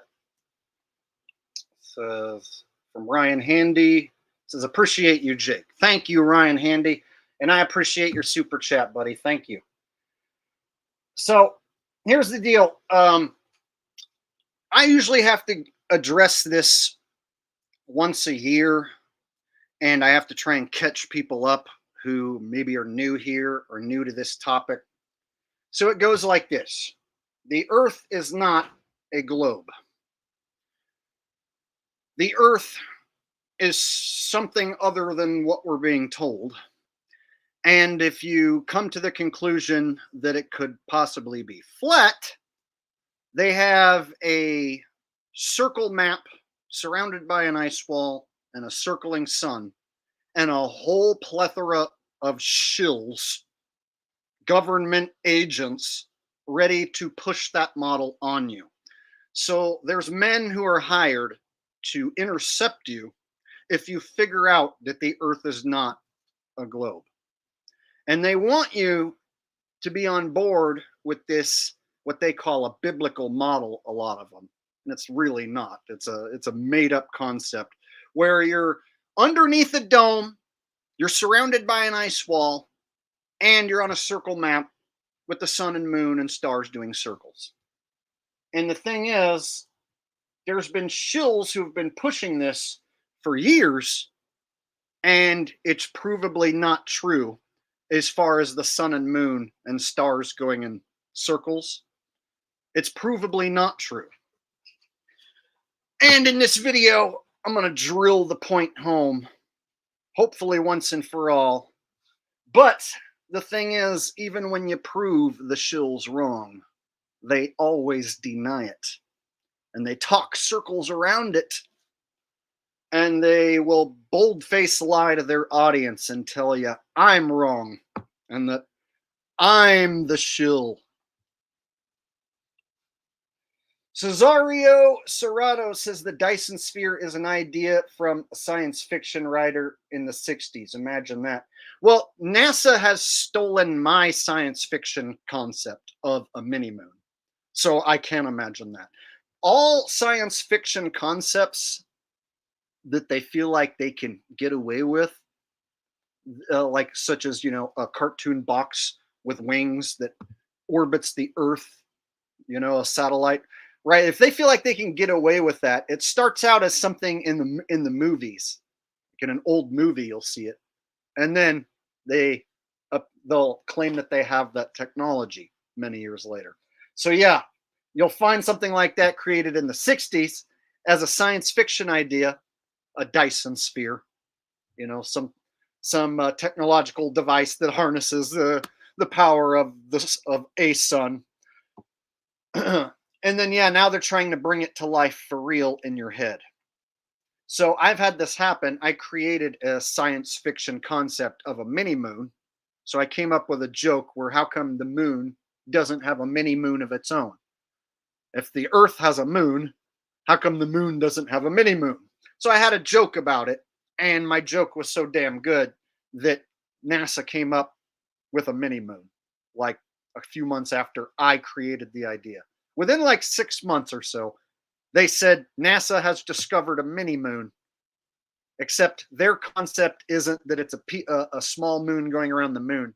It's a small piece of rock that orbits the Earth that's so small you can't see it.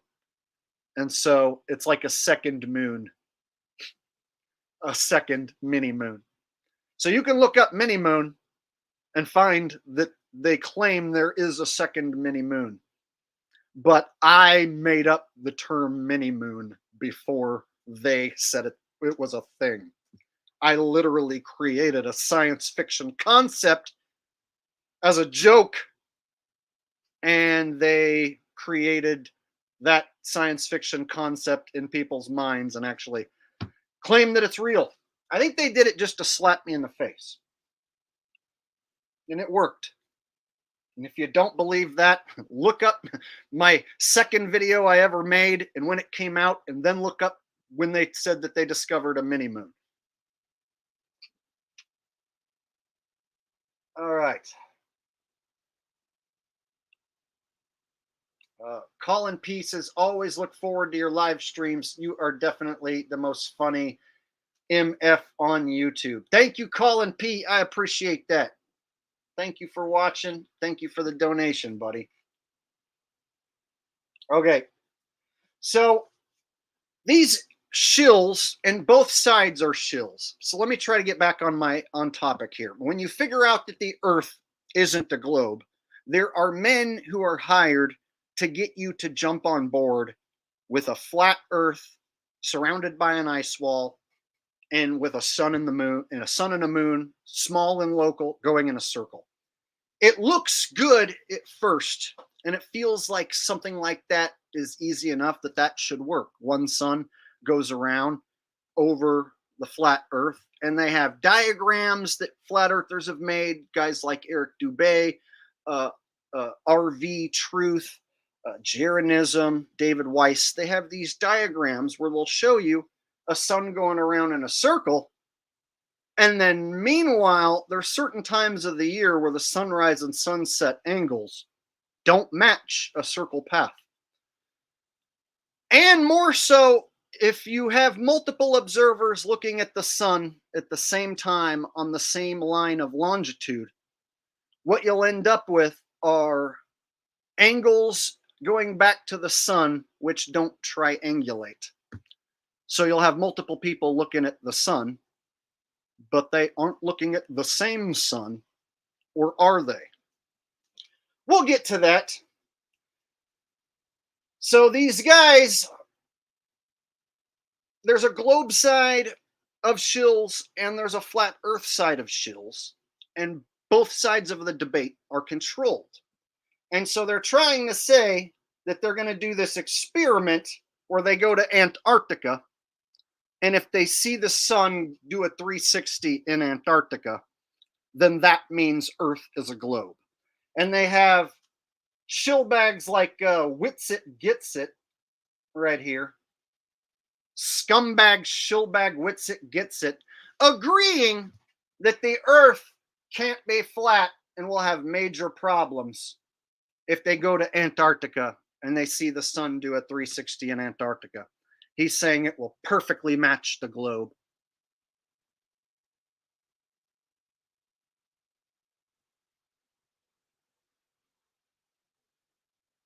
So what they're setting up is a situation where a shill globe earther and a shill flat earther get to go to a piece of ice that they're going to be told is Antarctica, or that we're going to be told is Antarctica. And then we're going to see some footage of what they tape or claim to have taped. And then we have to take the word of these individuals of what they saw. And so what they could be setting up is Witsit Gets It, Jeranism, Dave Weiss, flip-flopping over to the globe and then saying, oh, we went down to Antarctica and we saw the sun go around in a circle, and that debunks the flat Earth. So therefore, Earth is a globe because of a 360 sun in Antarctica. And you got guys like Witsit here agreeing, oh yeah, that would be a major problem for the flat Earth. And then they go on to say it's $31,000 to be a part of this and take this trip. 31,500 is what they said. Connor Clark says, Jake, do you think nuclear weapons are real? No, I don't believe in nukes as have been presented. And if you look into nuke test footage, it's super fake. Like it's done on like a small scale to models. Like they blow up some model buildings and pretend like it's real buildings. And so you can use a shitload of dynamite and get a big mushroom cloud and then make it look like you just blew up something big, but it's all cinematic. You're seeing it on a screen. So yeah, world-ending bombs are not real.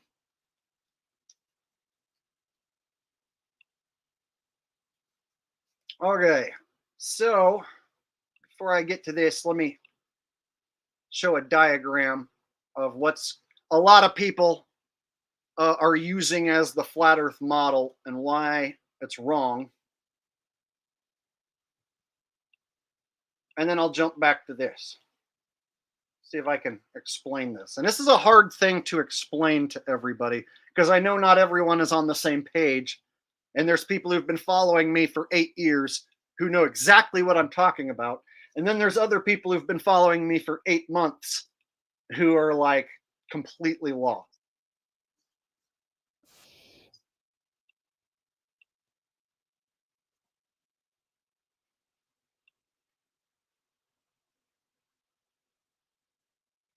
Okay, so this is the model that most flat earthers are using, and it is the model that basically all of the shill flat earthers are using.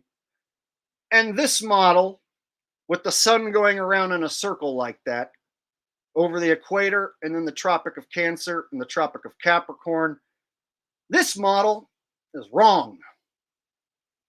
The sun doesn't go around in a circle like that. At least one sun doesn't go around in a circle like that.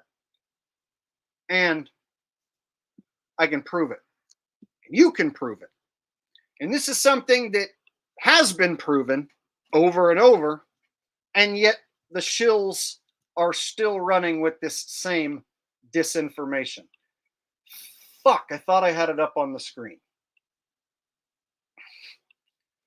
So I thought I had this up on the damn screen. So let me say it again. This is the accepted model by most flat earthers, including all the shills. This is the model pushed by shillbag Jeranism, shillbag David Weiss, shillbag RV Truth, Russian vids, shillbag Eric Dubé, yes, him too, shillbag Mark Sargent. Anyone who pushes this one sun going around in a circle is pushing wrong information. This has been debunked over and over again by people who think the earth is flat, by people who don't believe in a globe have debunked this. I am one of them. QNFI is another one. And some globers have debunked this too. However, shills cling to this misinformation.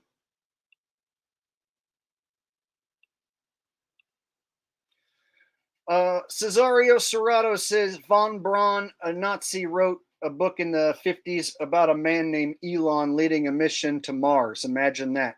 Dude, I didn't even know that. Von Braun wrote a book about a guy named Elon leading a mission to Mars. Wow, man, what a crazy coincidence that there just so happens to be a guy named Elon who just so happens to want to, like, have some space missions to Mars. Total coincidence, bro. Thank you for the donation, Cesario Serrato, a longtime subscriber and supporter of the channel. Thanks, buddy. All right, so this is the information that you're taught. If you come to the conclusion that the Earth isn't a globe, you're going to run into this.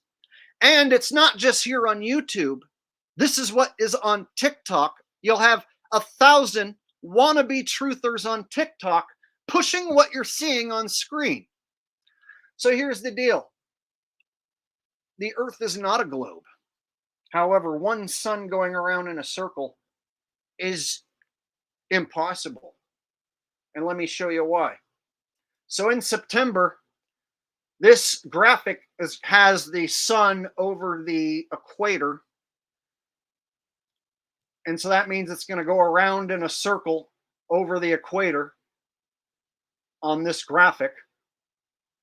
And the problem here is in September on the equinox, September 22nd, the equinox, you're going to have the sunrise from 90 degrees east and set 270 west down here in South America below the equator, and up here in America above the equator.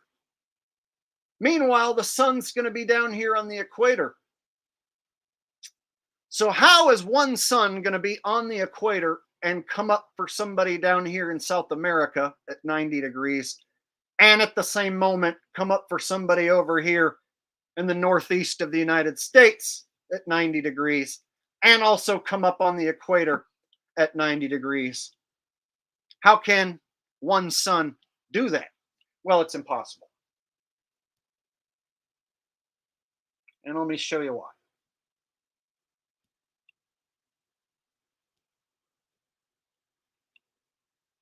So when you go to SunCalc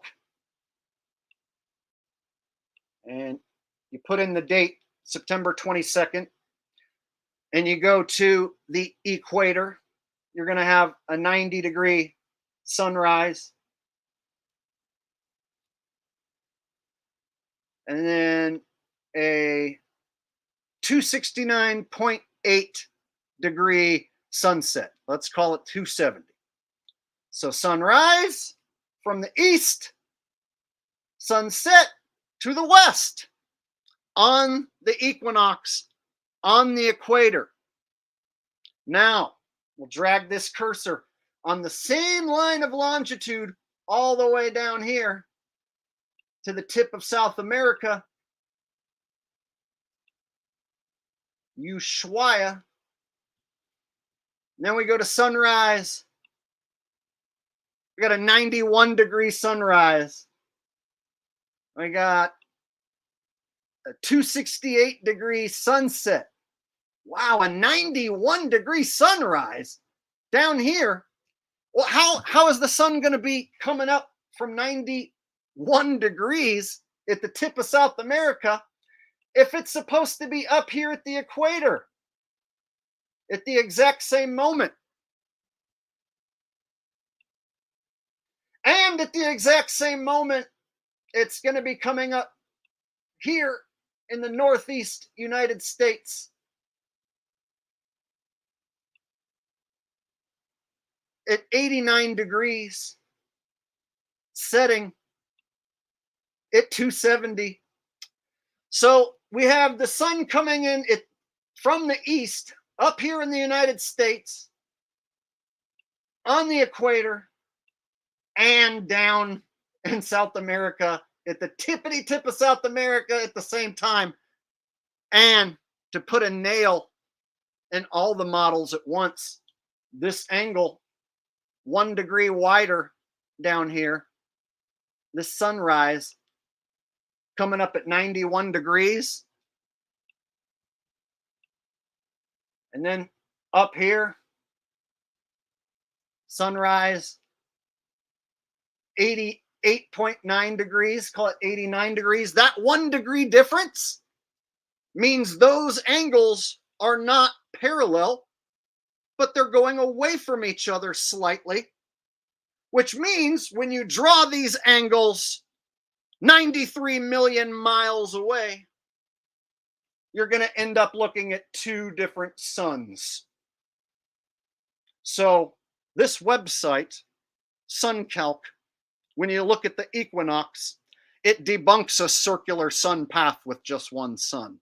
And at the same time, those angles getting wider and going 93 million miles out in space are going to be going back to 2 different suns. So that's a debunk for the globe at the same time.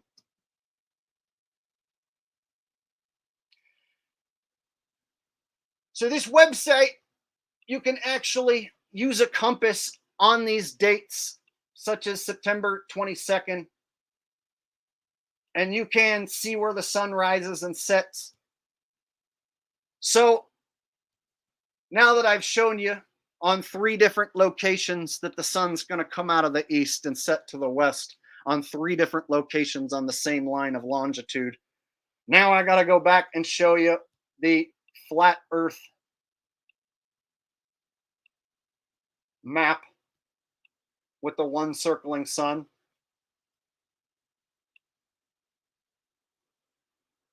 Whoop. Look, it's over the equator. So how can this one circling sun be in the United States at 90 degrees and down here at the tip of South America at the same moment at 90 degrees? One sun is impossible. So the next thing people will say is, Jake, does that mean 2 suns or 3 suns will solve this problem? No. The more observers you add to this equation, the more suns you need. The only thing you can solve this equation with is that we all see our own sun.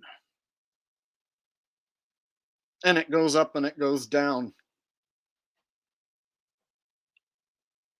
Holden Smith coming in with a donation says, I have something to tell you. By the way, you rule. Oh, is that what you needed to tell me? Was that I rule? Thank you, Holden. I appreciate that. You're a nice guy, buddy. All right. Hope I didn't miss anyone else super chats or anything. Doesn't look like it. Okay. So check this out. You guys, one sun going in a circle is impossible. On the equinox, everyone's going to see the sun basically rise from 90 degrees east and basically set 270 west. And at the very top of the map, whether you use the globe or Mercator here, the more north you get, then you're going to get that 89 degree rise. And then the south you go, you're going to get that 91 degree rise. And that 1 degree difference means those lines aren't parallel. Are you following me? That 1 degree difference, instead of the lines being parallel, they're not. And so when you start going away, the farther you draw those lines off of Earth, such as 93 million miles back to the sun, you're going to end up with a gap that is so unfathomably wide that those angles are going to be going back to 2 different suns. And Q and Fee modeled this up, and so I'm going to show that one next. But here's the deal. I've told this to people for years and slammed it into people's heads that one sun doesn't work. And still to this day, Eric Dubay repeats it, Jeranism repeats it, David Weiss repeats it. They just repeat it. And they just slough off the equinox deal. And it's not just the equinoxes. It's not just the equinox. In December is when shit really gets wonky. That's when you'll start seeing a sunrise and a sunset at angles that totally don't match a circle path at all. So now I'm going to go to December. Let's go December 20th. And I'll drag this down to the tip of South America. And now this is when shit really hits the fan for the circling sun. Look at this sunrise. The sun rises from Antarctica somehow. And then it goes up and over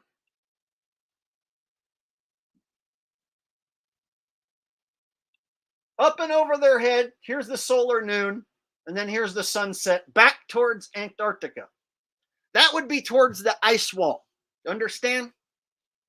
So this sunrise location, these are confirmed. Shit, let me blow it up for you.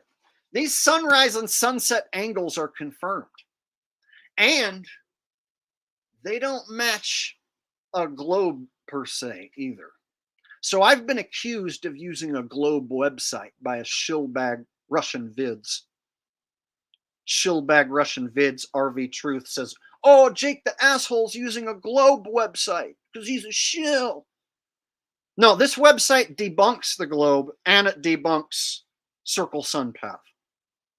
This shows that the sun is doing something completely different than we're being told. And these are the angles that are actually verifiable.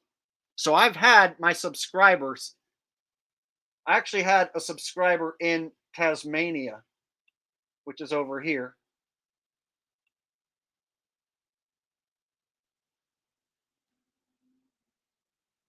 And it's the same deal. The sun will rise out of the southeast over here, go up above their head, and then set to the southwest. Meanwhile, the circling sun should be circling by through Australia at this time of year, and then circle up here.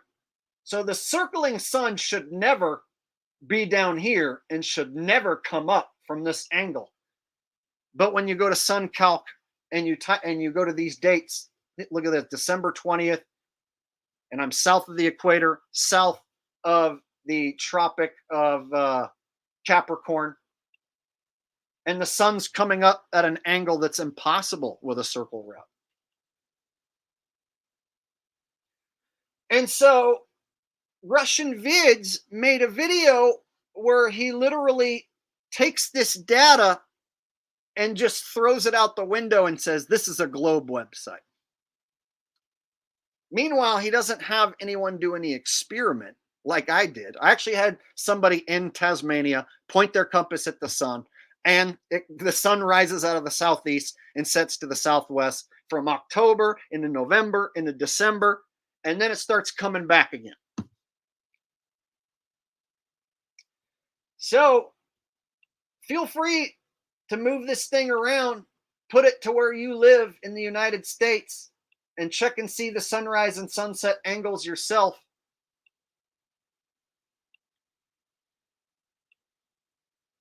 Right? Here's July. Here's May. And you can move this all around and it'll change the angle at which you see the sunrise, depending wherever you put it. And you know what? I found this thing to be very accurate. And I've seen Q and Phi use this thing to destroy everyone's model, including the globe. I've seen Q and Phi use this to destroy the globe and leave globetards stumbling and mumbling, refusing to address the fact that their globe just got smashed. See what I'm saying? This represents the sunrise angle and the sunset angle. And you can click on sunrise and sunset times over here, and it'll change the azimuth for you and show you exactly what it is. The shills run from this. The shills hide from this. They talk circles around this.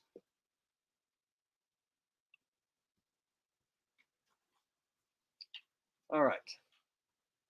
So, why would Jaron and why would Whitsitt, why would Fight the Flat Earth Craig, why would Micktoon, why would you need to go to Antarctica down here, which costs $31,500 supposedly, when you could go right here to Ushuaia? There's actually a city down here, the southernmost city, Ushuaia, for a fraction of the cost. Probably a couple $1,000 you could go to Ushuaia.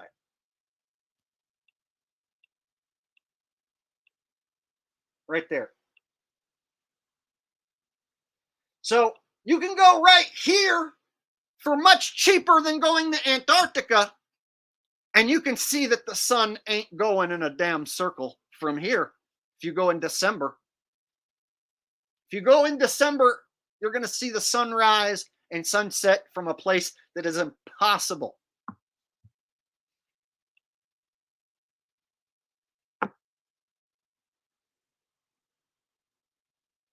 So why don't they go down there? Why do they want to go to Antarctica when they could go to this place right here for a fraction of the cost?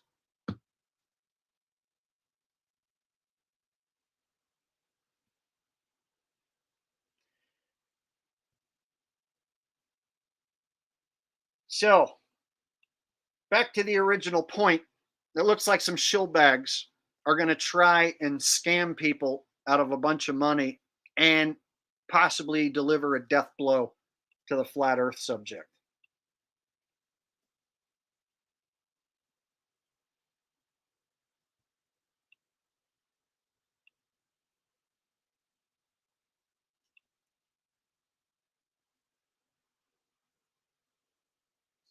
So let me show a classic Q and Phi video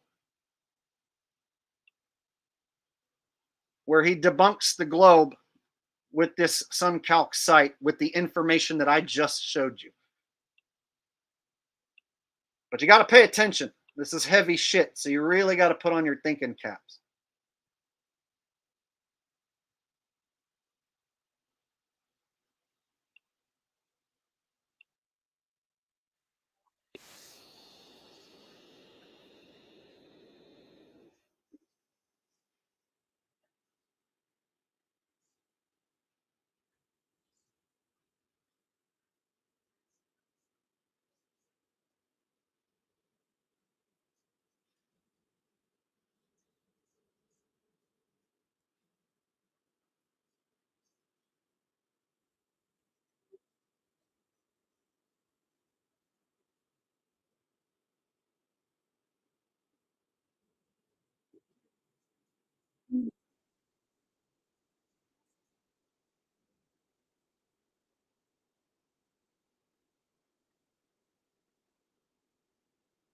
Oh,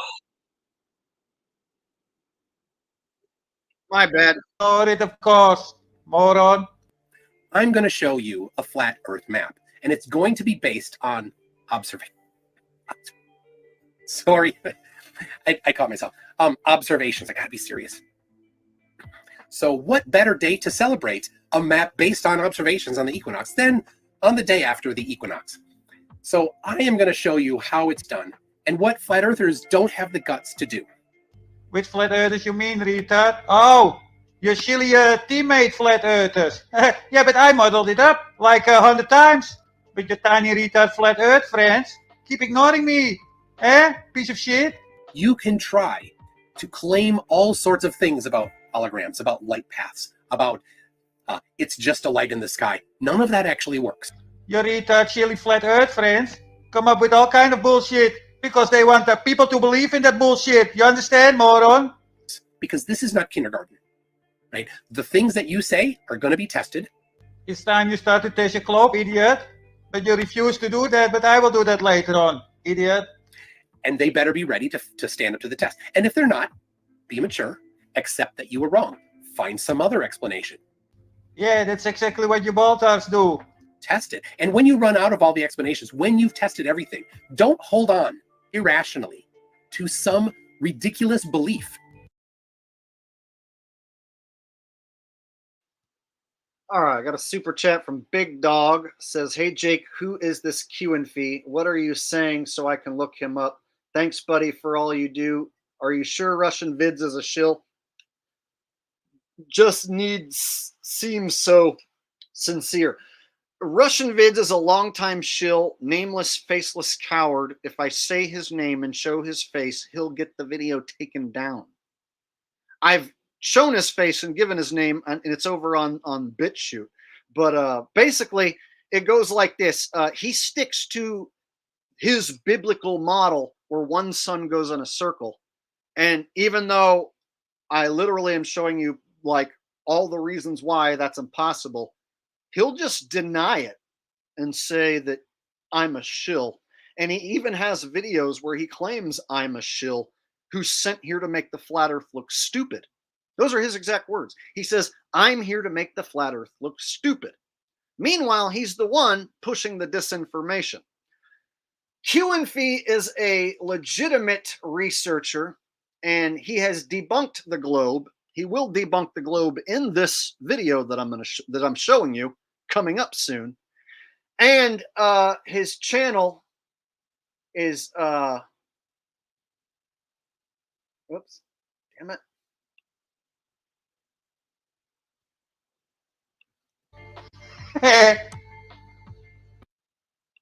Right here, it's called Q and Fee. And yeah, I recommend everyone subscribe to Q and Fee. His catalog goes back years and years. Capital Q, capital N, capital F, E, E. He's got 12,000 subs. And he's also got a backup channel, Q and Fees with an apostrophe S. But this is his main channel. And if you find his main channel, then you can find his backup channel. I recommend everybody subscribe to Q and Fee. The only channel that actually uses data and models it up and proves why a circling sun doesn't work and why a globe doesn't work. Besides myself. And so that's why I team up with him on occasion, because he can create models using modeling software and show in detail why a certain argument is flawed or doesn't make sense. And for anybody wondering why he talks funny, he's Dutch and he lives in Amsterdam, and English isn't his first language. So he has an accent. I know he sounds a little funny, but if you watch him long enough, you'll start to appreciate his accent. All right, here we go. Back to the video.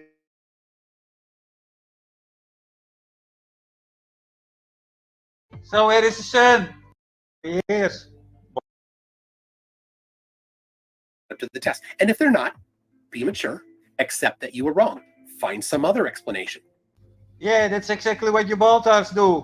Test it. And when you run out of all the explanations, when you've tested everything, don't hold on irrationally to some ridiculous belief. Oh yeah, they hold on tight to the beliefs, just like the ballers do, moron? About the shape of the earth, when you have no evidence for it, when there's nothing that actually matches reality. You don't get a choice on this. Observational reality tells us things, and we must follow them. Dud Pistachio says the biblical model has multiple suns and moons. I've never seen any biblical flat earther push multiple suns. In fact, if you go tell RV Russian Vids that right now, he'll call you a shill and ban you. So you're the first biblical guy or anyone saying that there's multiple suns in a biblical model.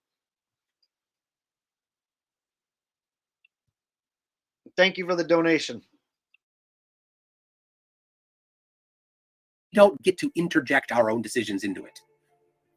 When it contradicts our own wishes, we must be honest, we must be rational, and follow the actual evidence. And I haven't, just in case anyone's wondering who this guy is, so this is MC Toon. I call him Mick Toon. And he is a professional globe cuck. A professional globe cuck is somebody who makes all their content entirely about how flat earthers are wrong and stupid. And so this guy lives in like a basement.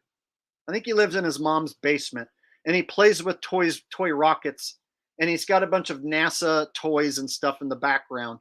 And he's a professional science cuck. And so everything NASA has ever claimed, according to this guy, is 100% pure truth. And every flat earther is just stupid and didn't pay attention in science class. And he is here to educate and school all the stupid flat earthers with his wealth of science knowledge. So that's basically this character. He's like a knockoff Simon Dan, a wannabe Simon Dan, but not as popular. Jason G says, hey, Jake, thanks for the live stream entertainment. Oh, you're welcome. Thank you for the donation, buddy. I appreciate it.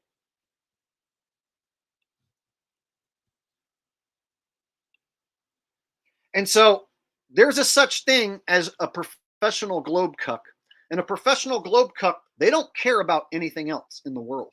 All they care about is making fun of flat earthers, debating flat earthers. Oh, they love the debate. You want to debate? Debate me. So they're always trying to set up a debate. And they go as far as to setting up debates with shill flat earthers who push wrong arguments, such as one circling sun going around all year long in a circle.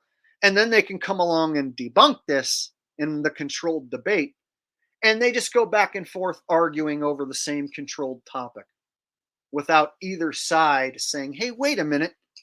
Maybe we see our own sun and there's something else going on here besides this controlled debate between globe and circle sun over pizza pie map. And there is something else going on. There's something else happening here in our realm besides one sun over a pizza pie or a globe. So they're trying to force these two decisions on us, make you pick a side. And they're going to stack the deck against the fake flat earth model by having the globers routinely win these fake debates.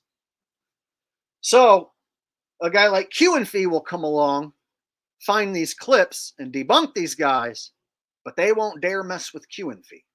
They don't debate him. They don't mess with him. They don't try and debunk him. They don't say his name. They don't mess with him at all. And the reason is because he models up their arguments and debunks them. This guy messed with me a few times, and I put him over my knee and spanked him a couple times. And then he decided he didn't want to mess with me no more.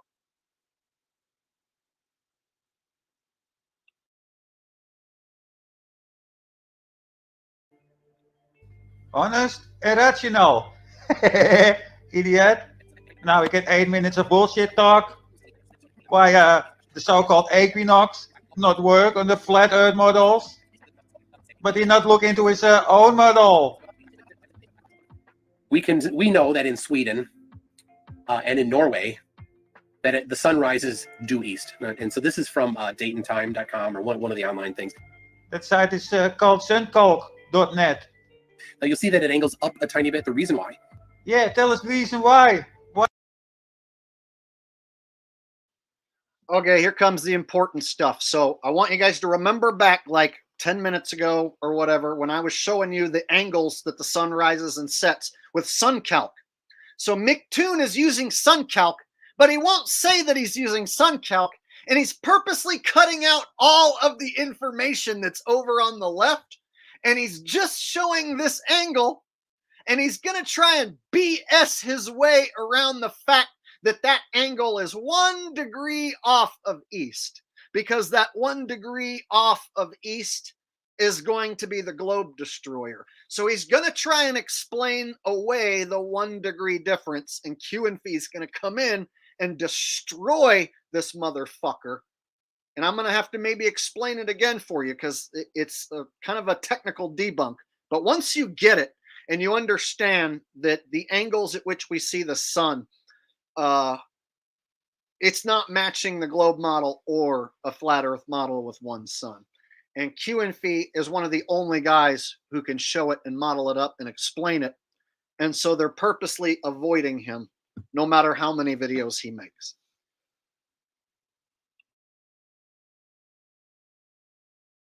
Why it points up a little bit? Is because this is showing the direction of the top edge of the sun, not the geometric center of the sun. That's just bullshit. All these apps use the center of the sun, you idiot. You are fucking fraud. All these websites use the center of the sun.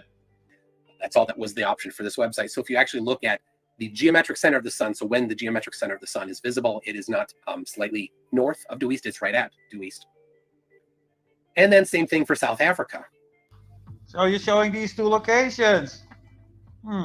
That's not possible on your globe. You understand? So that's at the 70 latitude north. Have an azimuth of 87.36. That's 1.7 degrees from 90. And at the same moment, here in South Africa, we see an angle of 91.37. With the data from real life, you get conflicting positions for the sun. And everyone has a personal sun. That's so weird. Yeah, everyone has to have a personal sun. They have to for this to work. But if you put that same data onto a globe, and I'll speed this up a bit. You put that exact same data from real life onto a globe, and what you find is it all points in the same direction, as though the sunlight is coming in parallel, right? So in this case, if the real world data mapped onto a globe, boom, all pointing in the same direction, less than 1 degree variance. So less than 1 degree variance. Yeah, I show a 3 degrees variant from north to south. Where is your sun, idiot? I have here the data in the globe modeling program with the 2 locations. That's at least 2.5 sun diameters. With 2 observation points, you could triangulate where the sun is. That's at least 3 million kilometers. Distance between the two. And so when you have those 2 angles that were slightly off by a degree, so that they weren't parallel, but they were slightly going away from each other, when you draw those angles all the way out 93 million miles in space, they end up going back to 2 different suns with 3 million kilometers in between. See what I'm saying? And so this right here means that these angles at which we see the sun in up in the north and down south aren't lining up to one big giant fireball. They aren't triangulating. And so that's what he has modeled up here with those 2 orange balls. That would be two suns. on the flat Earth, that will be only a couple of thousand kilometers between the two. With 2 observation points, you could triangulate where the sun is. Angles become wider. Everything is to scale in this program. Sun, moon, Earth, everything. It's very precise, so to say. So where is the sun? On your model. try to explain away the bullshit with refraction, because there is no refraction when the sun or another celestial body is that low. No refraction. But all the rays, all the angles point to a faraway light source. 60 latitude north, no refraction. North Pole, no refraction. So if you put it onto a flat plane with the data from real life, you get conflicting positions for the sun. Yeah, like I showed a minute ago on your retard ball. You should research your own ball instead of pointing to other maps or people or doing your retard shit, you fucking morons. But if you put that same data onto a globe, and I'll speed this up a bit, you put that exact same data from real life onto a globe, and what you find is it all points in the same direction, as though the sunlight is coming in parallel, right? No, not right. You don't see sunlight. You see a physical sun everywhere. You look like flat earthers. They also talk about seeing the light. No, I see a physical sun. 90 degrees east over a full longitude. How many 90 degrees you have? Each location has its own 90 degrees east, of course. Otherwise, it's not 90 degrees east anymore. So in this case, if the real world data mapped onto a globe, boom, all pointing in the same direction, less than 1 degree variance. So we've got this little bit of a problem, and here's the solution. Oh, you have a solution? Yeah, a retard solution, moron. But before you show your solution, I have some other problem for you. The globe claim. Let's say you are on the 90 degrees north, on the North Pole. And you see the sun just around the horizon. And then you move 10 latitudes down. Then the sun rises for your vision with like 10 degrees. That would be something like this.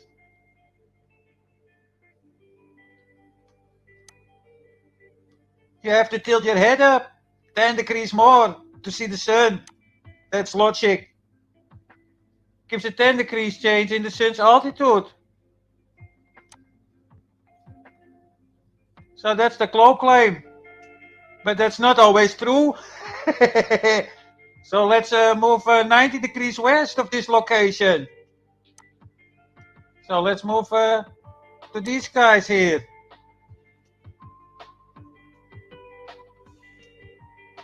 That is 90 degrees west from where the sun is overhead.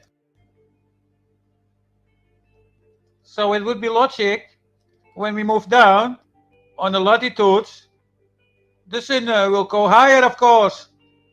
That's what happened on the globe, of course. So now I'm looking east on the North Pole. Let's change 10 degrees of altitude south. Oh, hold on. Same altitude. Let's move to the 70th latitude. Oh, 70 latitude. It doesn't change. It should change 20 degrees. Let's move 10 degrees.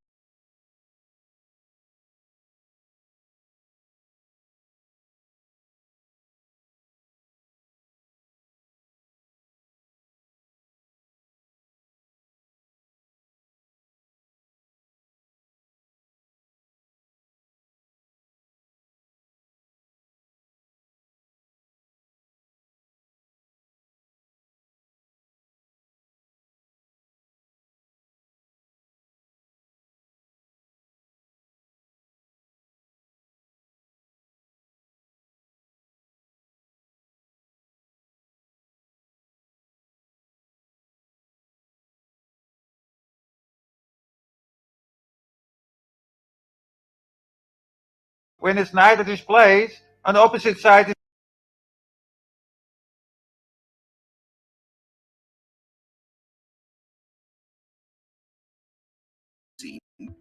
Would that convince you the Earth was a globe?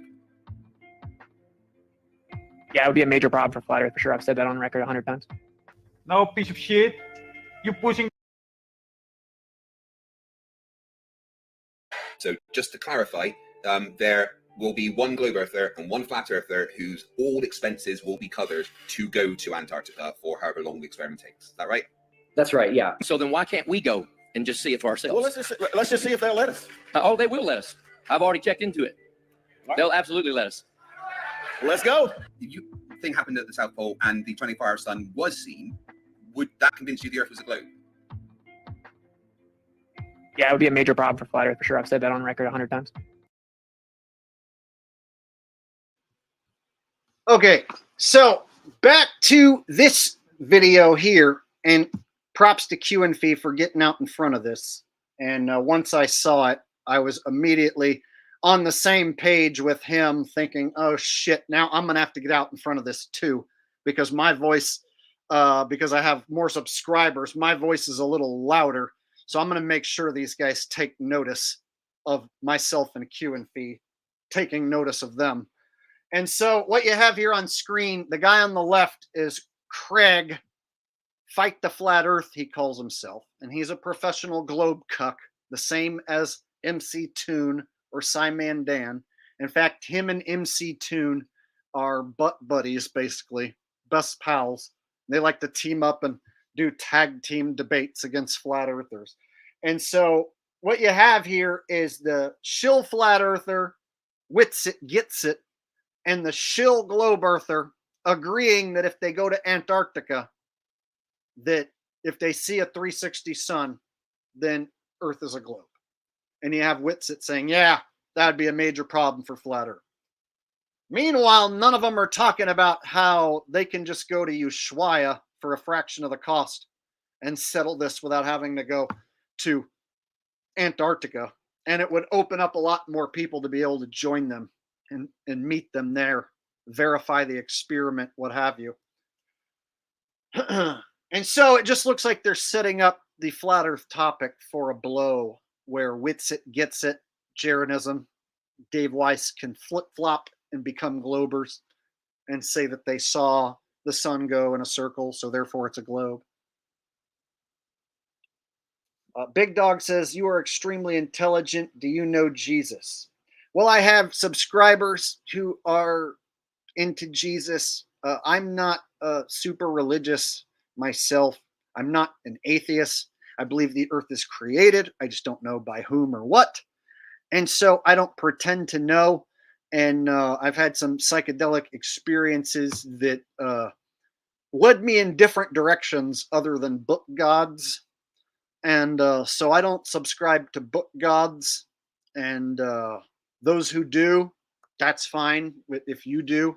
But yeah, that's my take, is that something created this place, but I'm not sure who or what or why. And so I don't pretend to know. And those who do pretend to know kind of irritate me, and I usually don't listen to them. Dud Pistachio says, I don't look to those to find God, but Book of Enoch details our realm in great detail, especially the suns and moons. Bless up, Jake and Rusty. Well, sadly, Rusty passed away back in December of 2022. So he's no longer around, but thank you for the donation. And I haven't read the Book of Enoch, but I have been told that there's some good information about the sun and moon going in and out of like portals or gates. But what I'm finding is we all see our own sun. And so I don't know if any religious book straight up states that we all see our own sun. Because I believe that's what's going on, is that we're all seeing our own sun. And if we all see our own sun, then what the hell is this place? It ain't what we were told. So I believe that these men we see on screen are hired to keep us from realizing that this realm is more magical and special than we can even fathom. The fact that the sun and the moon are doing something impossible proves that something else is going on besides it just being some pizza pie map with a sun going in a circle.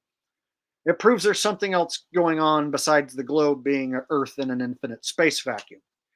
And so what in the hell is going on? Like, what is this place? The reason why we see these men on the screen is to keep us from getting to that answer. Dud Pistachio said, I know he passed, was just remembering him. Oh, thank you, buddy. I thought maybe you might be, but just letting you know, because every once in a while somebody will bring up the dog and like they didn't know he's passed. So just reminding anyone who didn't know. But but thanks, man. I appreciate that.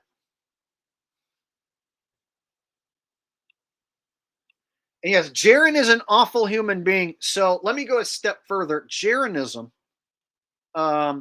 lets Craig, who's a professional globe cuck, do this debate on his channel against Witsit, and he lets Micktoon do debates. So he lets professional globe cucks take over his channel, and while he is the moderator in these so-called debates. And the flat earther is always somebody who's defending that same map and model with the one circling sun and moon. And the globe guys bring the same arguments, and it's the same crap over and over again. And then in the chat, you have the flat earther side talking shit about the globe side, and then you have the globe side talking shit about the flat earth side. So they're basically arguing amongst each other in chat.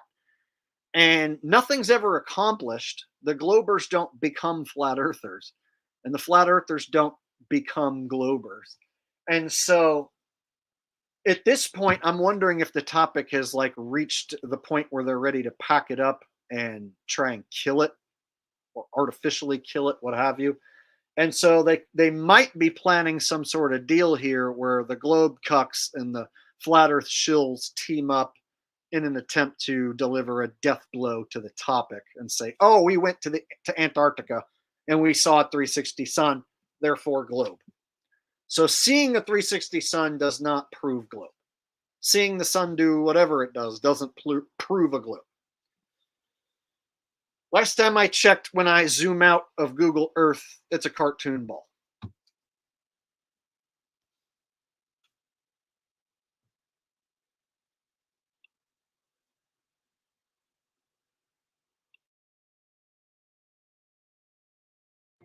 No, piece of shit. You're pushing the wrong sun and the wrong celestial bodies. These are mean celestial bodies, made for the globe and for celestial navigation. They are only a concept. You're right. If it's exactly the same as it is in the north, that matches the globe perfectly and not a flat Earth. No, scumbag. It not matches the globe. It matches the celestial data. Retard. Okay, no, I was just wondering, do you think that is the position of the majority of flat earthers? Yeah. No, idiot. Only the flat earthers that have been brainwashed by your club. Piece of shit. They have the 24-hour daylight. Weird, guys. We have 24-hour daylight, not sunlight, by the way. Flatsoid, you make big claims for a dude that has never been to Antarctica to observe the sun. The reason they do this experiment is because of you and those other circling sun shells. Don't you understand?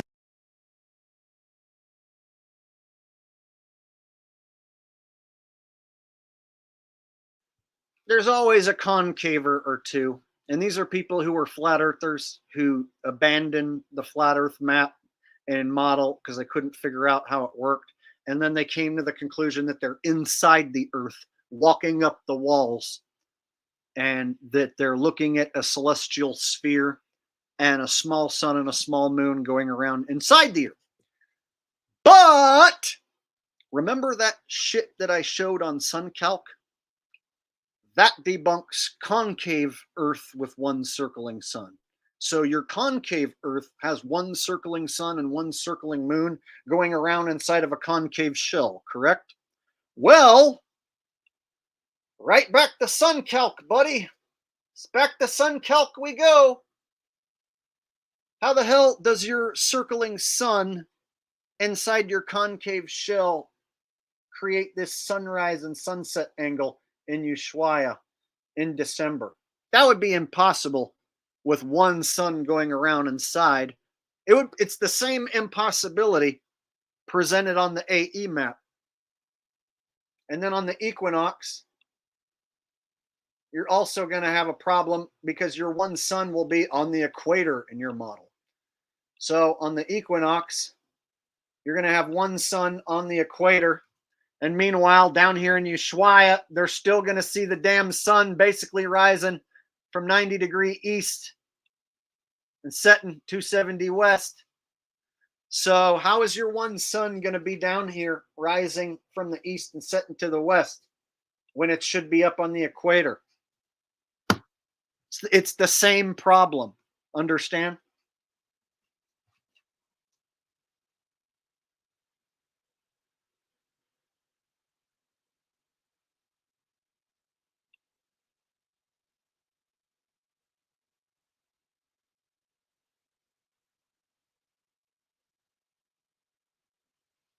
All right. So concavers like to push your inside of the globe. Instead of a globe, you're on the inside. And my thing is, like, I've never seen anyone prove upward curvature to my satisfaction, especially upward curvature of water, the oceans. And furthermore, like I said, the one sun going around the concave shell inside the concave shell is going to have the same exact issue as one sun going around a flat earth map or starting over again on a Mercator map.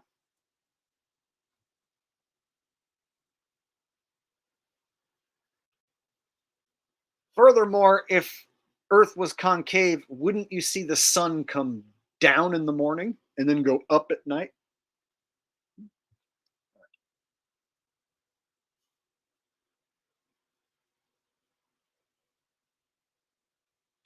Okay, now we're getting some guy pretending like he knows people who've circumnavigated Earth north to south. You don't know what you're talking about, Jim Winslow. As it stands, we're basically a bunch of like barnyard animals. If you really think about it, like, do you have any means to go travel to Antarctica on your own? Like, do you have a boat that you are comfortable making it down there? Do you have a boat that you feel comfortable going to the North Pole?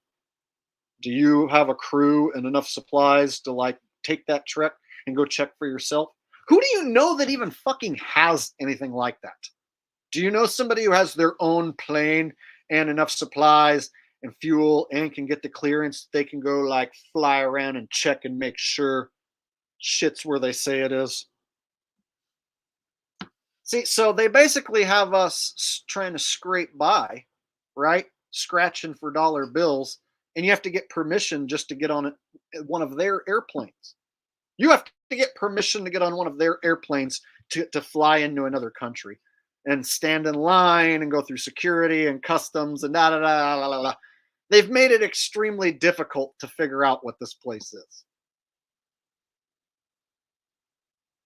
So it would basically take like a bunch of people banding together and pooling a shitload of money together and finding some sort of way to have like a big enough boat or plane or whatever in order to independently explore. And how the hell can you organize something like that without it getting taken over by shills? Is damn near impossible. I don't even like to try and put on like a big meetup because I'm afraid shills are going to show up. You know what I mean? And infiltrate it. And so I'm always thinking, okay, if I try to organize anything, I'm basically just going to be inviting shills to come along and screw the whole thing up.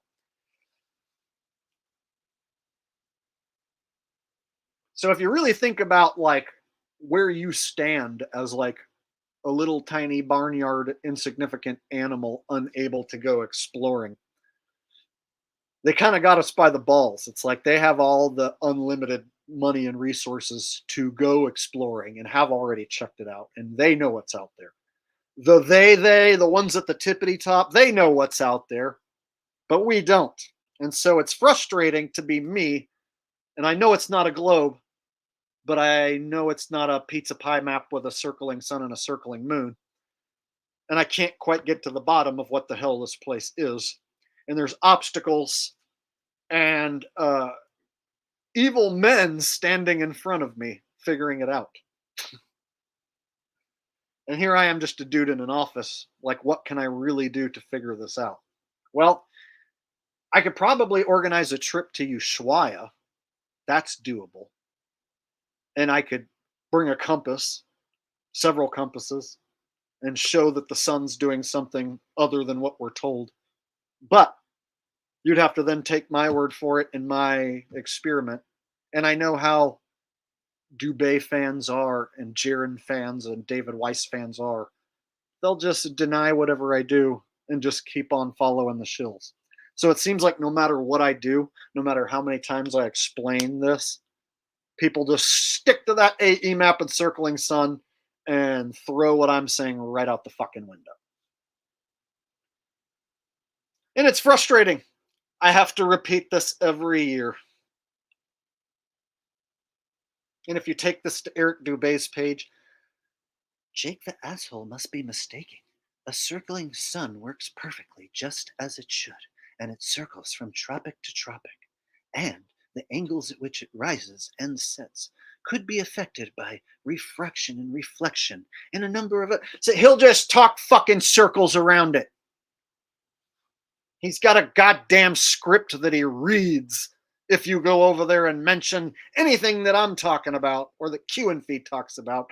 He's got a fucking script to read for you about how everything he says is perfect and nothing's wrong. Shitbag yoga fucking vegan loser bitch. He won't dare debate me.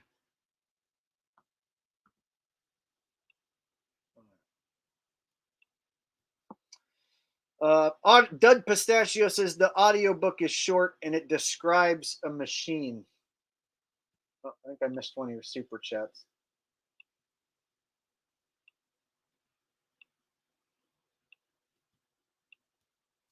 Dud Pistachio says, have you checked beyond the imaginary curve? Dell's doing great, proving our realm is moving upwards. I don't agree that our realm is moving upwards. And Dell has done some questionable work. I know people like his personality and stuff, but he's covered in a lot of tattoos, and some of them could be considered satanic, Masonic, if you will.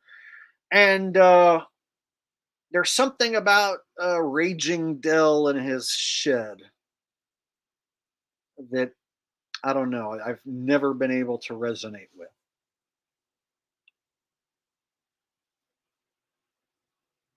If you don't agree with me that the Earth is moving up with you're fucking shit. He's a fucking shit. Yeah, I don't agree that Earth is moving.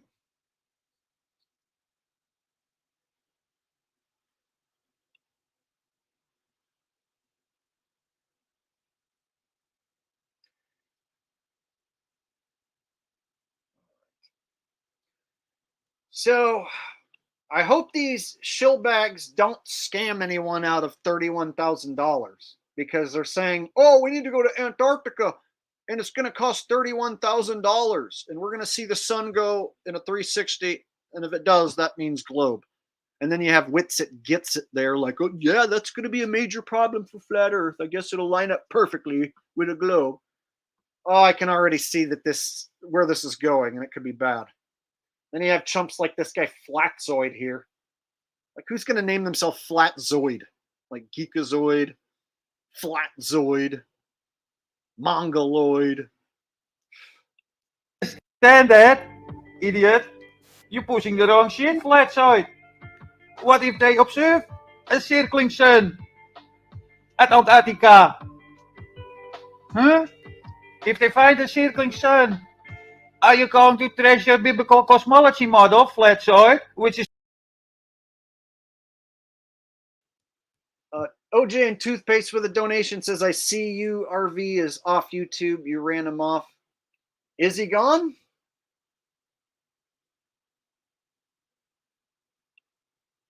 I thought he goes by like They Live Truth or whatever.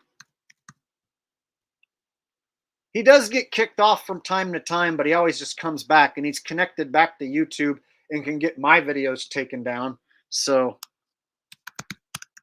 the whole notion that like, oh, he's not a shill because his channel gets taken down is all BS.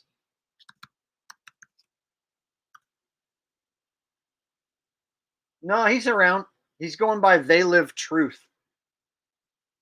same old shillbag. He has a pro wrestling channel as well where he talks about old pro wrestling matches and pro wrestling beefs. And it's totally him. He doesn't even try and hide his voice or change it at all. So, yeah, RV's out there making pro wrestling content, and it's his typical shillbag content.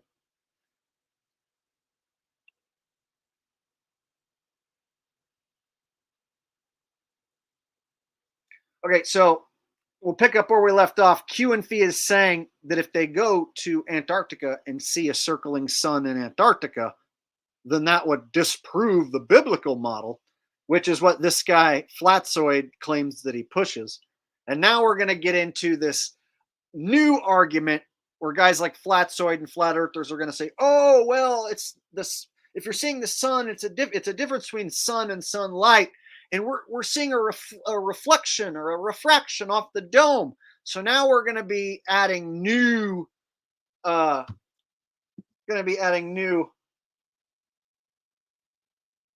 I don't know what to say, what to call it. Speculation. We're basically adding speculation that now the sun is reflecting and refracting off of the dome now. And no one's actually proven, not to my satisfaction, that there is a dome or how far it is or what it's made out of. But they want to go as far as to saying the sun reflects and reflects off the dome. All right. So here we go. It's totally wrong. And are you going to apologize for being deceptive because you pushed the wrong model for years and years and years? Or maybe it's better to delete your channel because it's full of bullshit. You not speak a single truth other than bullshit. Piece of shit. Jaron, do you agree that that is the position of the majority of flat earthers, that if the 24-hour sun was confirmed, that that's a problem? Yeah, I mean, I think I need to see it. You need to see it. I thought you already seen it on those time lapses from Antarctica. The final experiment is based on your claims, Jaronism. What they do is they never let you see 24 hours a day. They never let you. They cut the tape, they edit it, and Jaron of Jaronism actually has emails from them asking, why are you cutting the video? And they're giving these stupid explanations. I called them and asked them, why don't you have one full day rather than have the entire summer season with not one full day? I said, I would rather see one full day than 30 or 40 or 50 or 60 half days. And they said, oh, we don't have the bandwidth. Yeah, I mean, I think I need to see it. There are some videos from Antarctica showing more than 300 degrees shadow. Why don't you use these? And how do you know? These are taken from Antarctica. That is appealing to authority. Don't you think so? And in that debate, Dean Odell actually challenged Greg Locke, and he said, if we want to, essentially prove this once and for all, he said, you and I just need to go spend a week in Antarctica and see if the sun does a 360 above our heads. And then Dean Odell said, if it does, the Earth is a ball. Okay, so Dud Pistachio says, not just Dill, the new experiments are undeniable. I haven't watched Dill in a long time, but so I'm not quite sure what experiments you're referring to. But thanks, Dud Pistachio, for the multiple donations today. I appreciate that, bud. So what they're trying to say is that if you go to Antarctica and you see the sun do a 360, that makes the Earth a ball. And so what I want to point out is that if there's something going on where we all are seeing our own sun, and you can go to a place that they might call Antarctica and see the sun go around you in a circle, well, that still doesn't make the problems on the equinox in the angles that the sun rises and sets in South America make sense. And so it does. The equinox presented a problem for the globe, as Q and Fee demonstrated, that the angles don't triangulate back to one sun 93 million miles away. And so the angles that we're seeing, the sun rise and set, aren't matching up to the globe, and it's not matching up to the AE map with one circling sun. And so they're trying to make it out like if they go to Antarctica and the sun do this certain thing, that automatically makes it a globe. And so they've divorced the topic, or the two concepts, I should say, of the Earth being a globe and the sun rising and setting. So oftentimes the globers will bring up Earth rising and setting, and the flat earthers will say no, or the sun rising and setting, and they'll say that the sun doesn't rise or set, that it just goes away from you, that it moves towards you and moves away from you. And so the accepted flat earth argument is that the sun is always above the earth, always going in a circle, and it's just going away from you and coming towards you, and it never rises or sets. Meanwhile, the globers, their argument is that the sun rises and sets, and that debunks a flat earth. So the two individuals that come along and take those two concepts that they've separated on purpose and stick them together and say, okay, it's flat and the sun rises and it sets. Then people are like, well, how the hell can the sun rise and set and the earth be flat? Well, we all see our own sun. That's the only way I can explain it. And if we all see our own sun, and it does rise and it does set, and the angles at which we see the sun are unique and independent and don't triangulate back to one sun, be it a big ball of burning gas or one small local sun, it doesn't triangulate back to one sun, meaning we live in a place where the sun is doing something that is unexplainable and magical, and it doesn't make sense. So what does that mean? What is this place? So that's what leads me down this path where I wonder if we live in some sort of hyper-realistic simulation, and instead of it being like a physical realm, is this some sort of hyper-realistic simulation that we're stuck in? Are we the organic matter, and then the stuff we see in the sky is artificial, not real the way we believe it to be or have been taught it to be?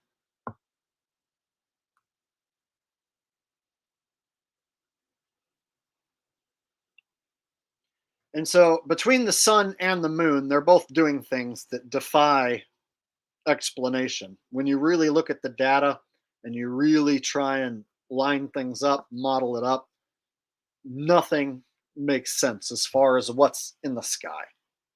The angles to the moon, to the stars, and the sun, they don't triangulate. So you would think that if you're looking at the sun and I'm 5,000 miles away and I'm looking at the sun, and somebody 5,000 miles down south is looking at the sun, and you got 10 people looking at the sun all in different places at the same time, that all those angles should go back to one sun. You would think that they have to. You're going to have 10 angles going in 10 different directions in some cases, not triangulating back to one sun. And so what the hell does that mean? Is that means there's 10 suns? No, for every observer, you would need a sun. And so that means we're all seeing our own sun.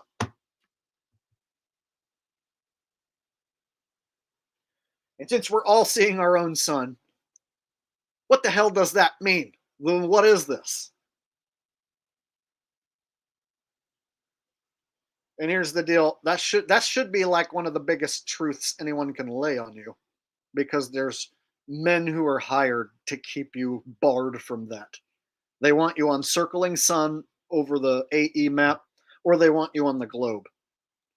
Or they can have you go run over to those Pole Smokers Awake Souls channel where you're on some weirdo simulation map where they have squiggly lines and bending lines of longitude and latitude going in every which way. So they want you following shills. They don't want you to know that the sun is doing something unexplainable. They don't want you to know that the data, when modeled up, disproves a globe. They don't want you to know any of that shit. That's why all that shit that I just told you is a much more heavy and important truth than a lot of the shit you might think is important. Evan says, Jake, you're scrambling my brain. Hey, for those of you who are new to this subject, go back over my tracks and try and, prove me wrong or figure things out on your own.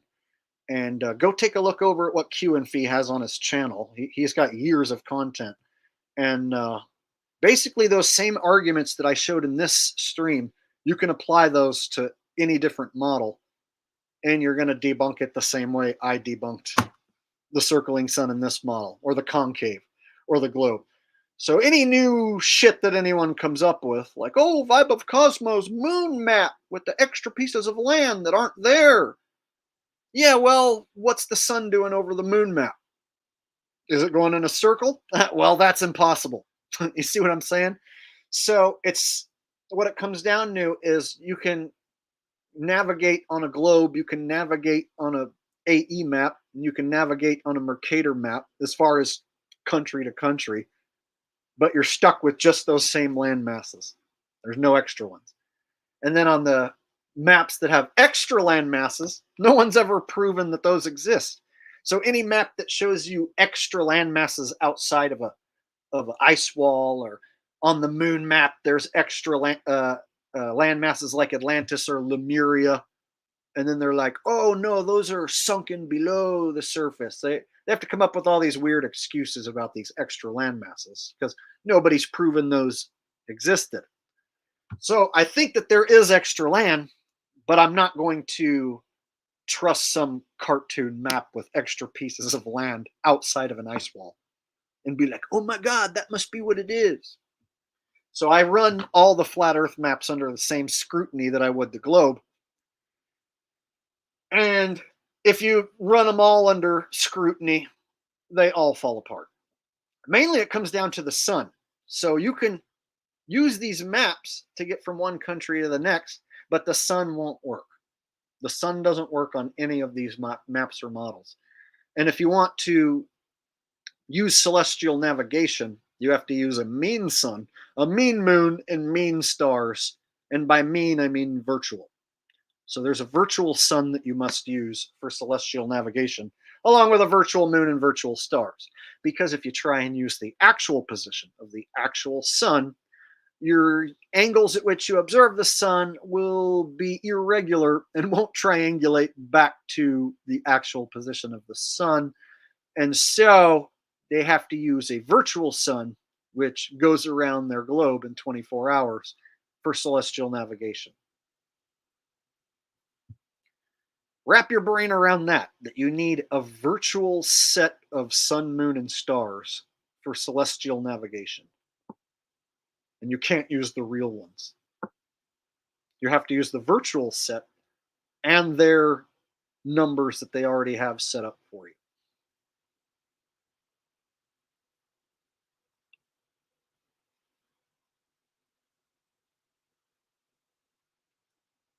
That was something I learned from Q and Fee. I did not know that celestial navigation uses a mean sun, a mean moon, and mean stars. I totally did not know that until Q and Fee showed an old Army training video or Navy training video from like the 60s, and it's in black and white, and it explains why they don't use the actual position of the sun.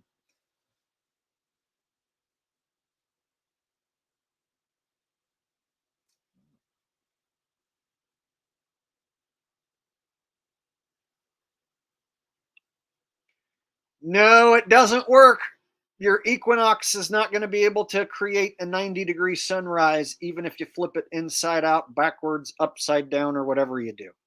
My equinox argument, or Q and Fee's equinox argument, our equinox argument of the sun being on the equator and somehow rising from the east and setting to the west, down in Ushuaia and up in Canada at the same moment on the same line of longitude. It cannot happen on anyone's map or model with one sun. It is impossible. Furthermore, when you throw the moon into the mix, now you can throw extra debunks in the mix, because if you try and spin one moon around a flat Earth, you're going to end up seeing the moon look like a flat disc, which doesn't happen. And you're going to see the sides of the moon or the back of the moon. We know that doesn't happen. So when you throw a moon in the mix, you further debunk the map and model.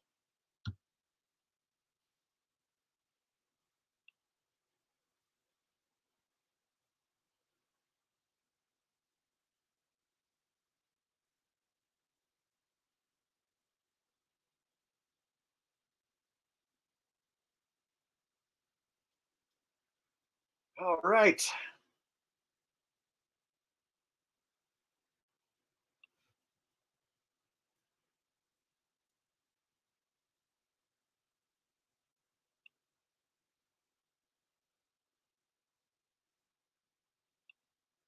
Holden thinks that Biden's going to win. He might. I just feel like they have so much news about Trump and his indictment that they're basically using reverse psychology on Trumpers.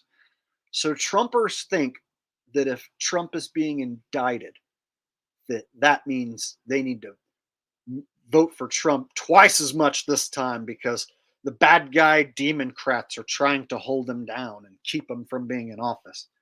So they need to rally behind him twice as much this time around so that he doesn't lose like last time.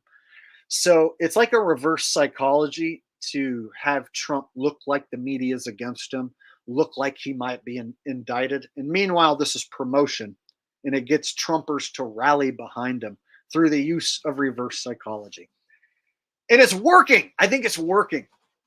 Trumpers are like, they're trying to indict him. The deep state trying to keep him out of office. That's why they're trying to indict him on all this BS. See, so if they can trick you into thinking the bad guys are against Trump, then they can get you to rally behind him. And so I feel like the table's been set for Trump to be selected this time. Like it makes sense to me to go from Trump to Biden back to Trump again. And I think this was the first time that they experimented with having a president who's not real, like completely not real, and played by actors and CGI. So I think Joe Biden was the first president that they tested out as being a completely phony, not real human being. And so I think they can go back to Trump now and usher in maybe the next pandemic or something big. We also might see a scenario where we might see a fake assassination attempt or a fake assassination. I mean, you got an ass being an ass in the nation. So why not a little assassination? You know what I'm saying? So it's been predicted by some that Trump gets a head wound in an assassination attempt or gets fake assassinated, which they can then have a bunch of crazy radicalized right wingers pretend to like lose their mind and go on shooting sprees or whatever. They can create another J6 situation by having Trump almost get assassinated, right? So I feel like bringing Trump back in the fold, they could do something gigantic with him. But it wouldn't shock me if Biden won again. And so it's like guessing the outcome of a football game. I might get it wrong. So I'm leaning towards Trump, but I'm not like sure about it. And I'm not going to like bet money on it.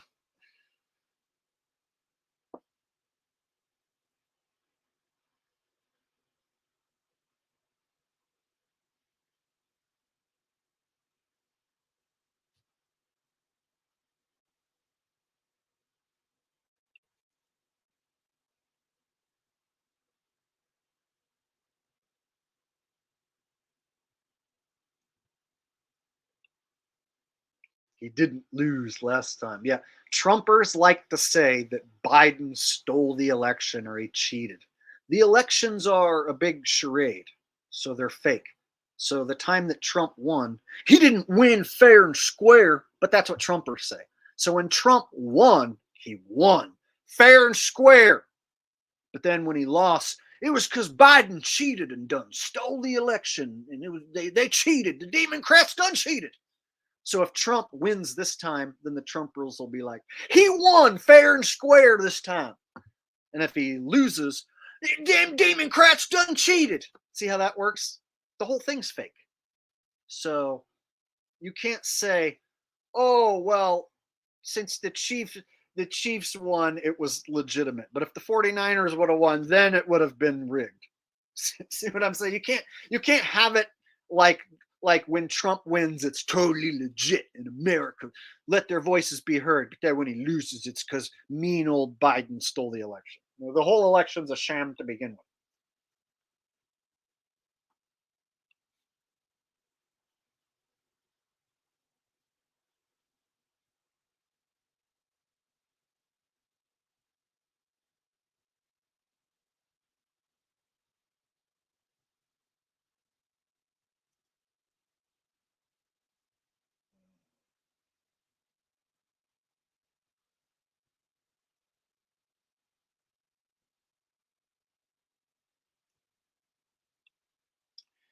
Yes, Trumpers are totally psyoped, but they won't admit to it. They have a lot of trouble. You can corner a Trumper and they'll make excuses till the bitter end. Why did your guy endorse the jab? He said you have your freedoms. Oh, so if you say the word freedom, it's okay to promote the jab and booster? Well, he said that you don't have to take it if you don't want to. Right. Yeah, I've heard all those excuses.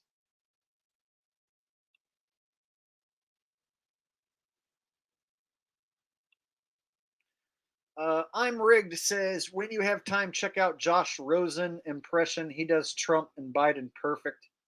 Josh Rosen. Huh? Okay, thank you very much. I'm rigged.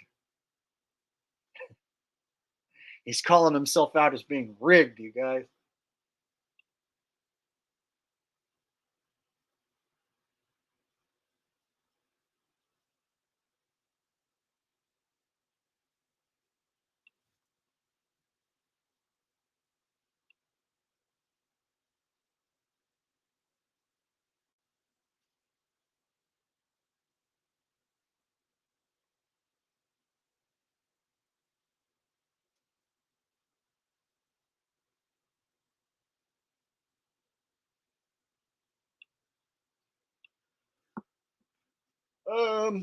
Colin with the donation says, when is your next stream? Do the brain bug and maybe slap the bass. Brain bug? What's the brain bug? I'm not sure I know what the brain bug is.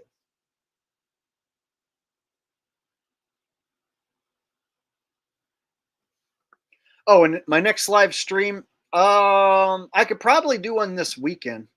I waited a long time between streams, and that's on me. There's just days where I wake up and it's like by the time I decide I should do one, it's too late in the day, and so it's like I have to basically prepare for the stream for a couple hours and get videos lined up and have enough subjects and things to talk about. So hopefully by this weekend I can get my shit together and do another one. I would like to try and do a stream earlier in the day for the people who live in Europe. So maybe Saturday or Sunday, like early in the afternoon, I can do one. That way, people in Europe can catch it.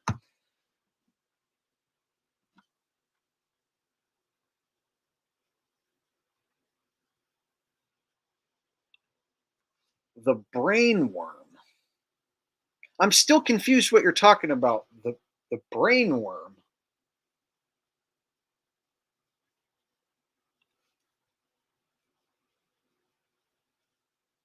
Trying to think of what I did that you could be referring to. Do the brain bug, the brain worm.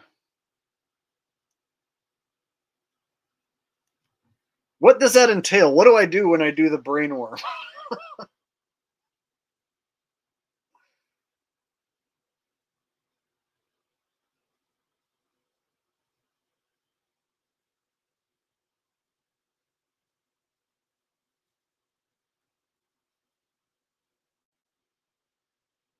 Some guy's like, Stephen Hawking? I think that he would just say Stephen Hawking. Why would he say brain worm?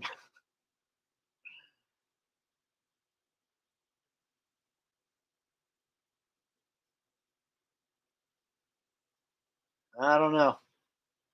I'm not sure what he was talking about.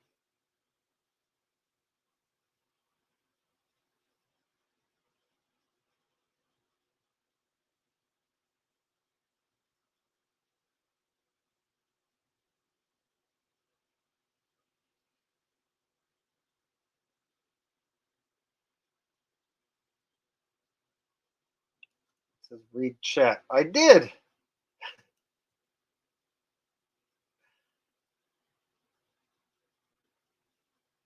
Brainworm. Oh, you saw it in the news. Oh, okay. I thought you were talking about something that I did, like some sort of impression or bit, and I couldn't figure out what you were talking about. That's where I was going wrong. I was thinking you were referring to something that I've done in the past or did. Anyway, brainworm, huh? I'll have to look into it. But I've been on here for 3 hours, and I'm getting kind of hungry and starting to have some brain fog. So I should probably wrap this one up.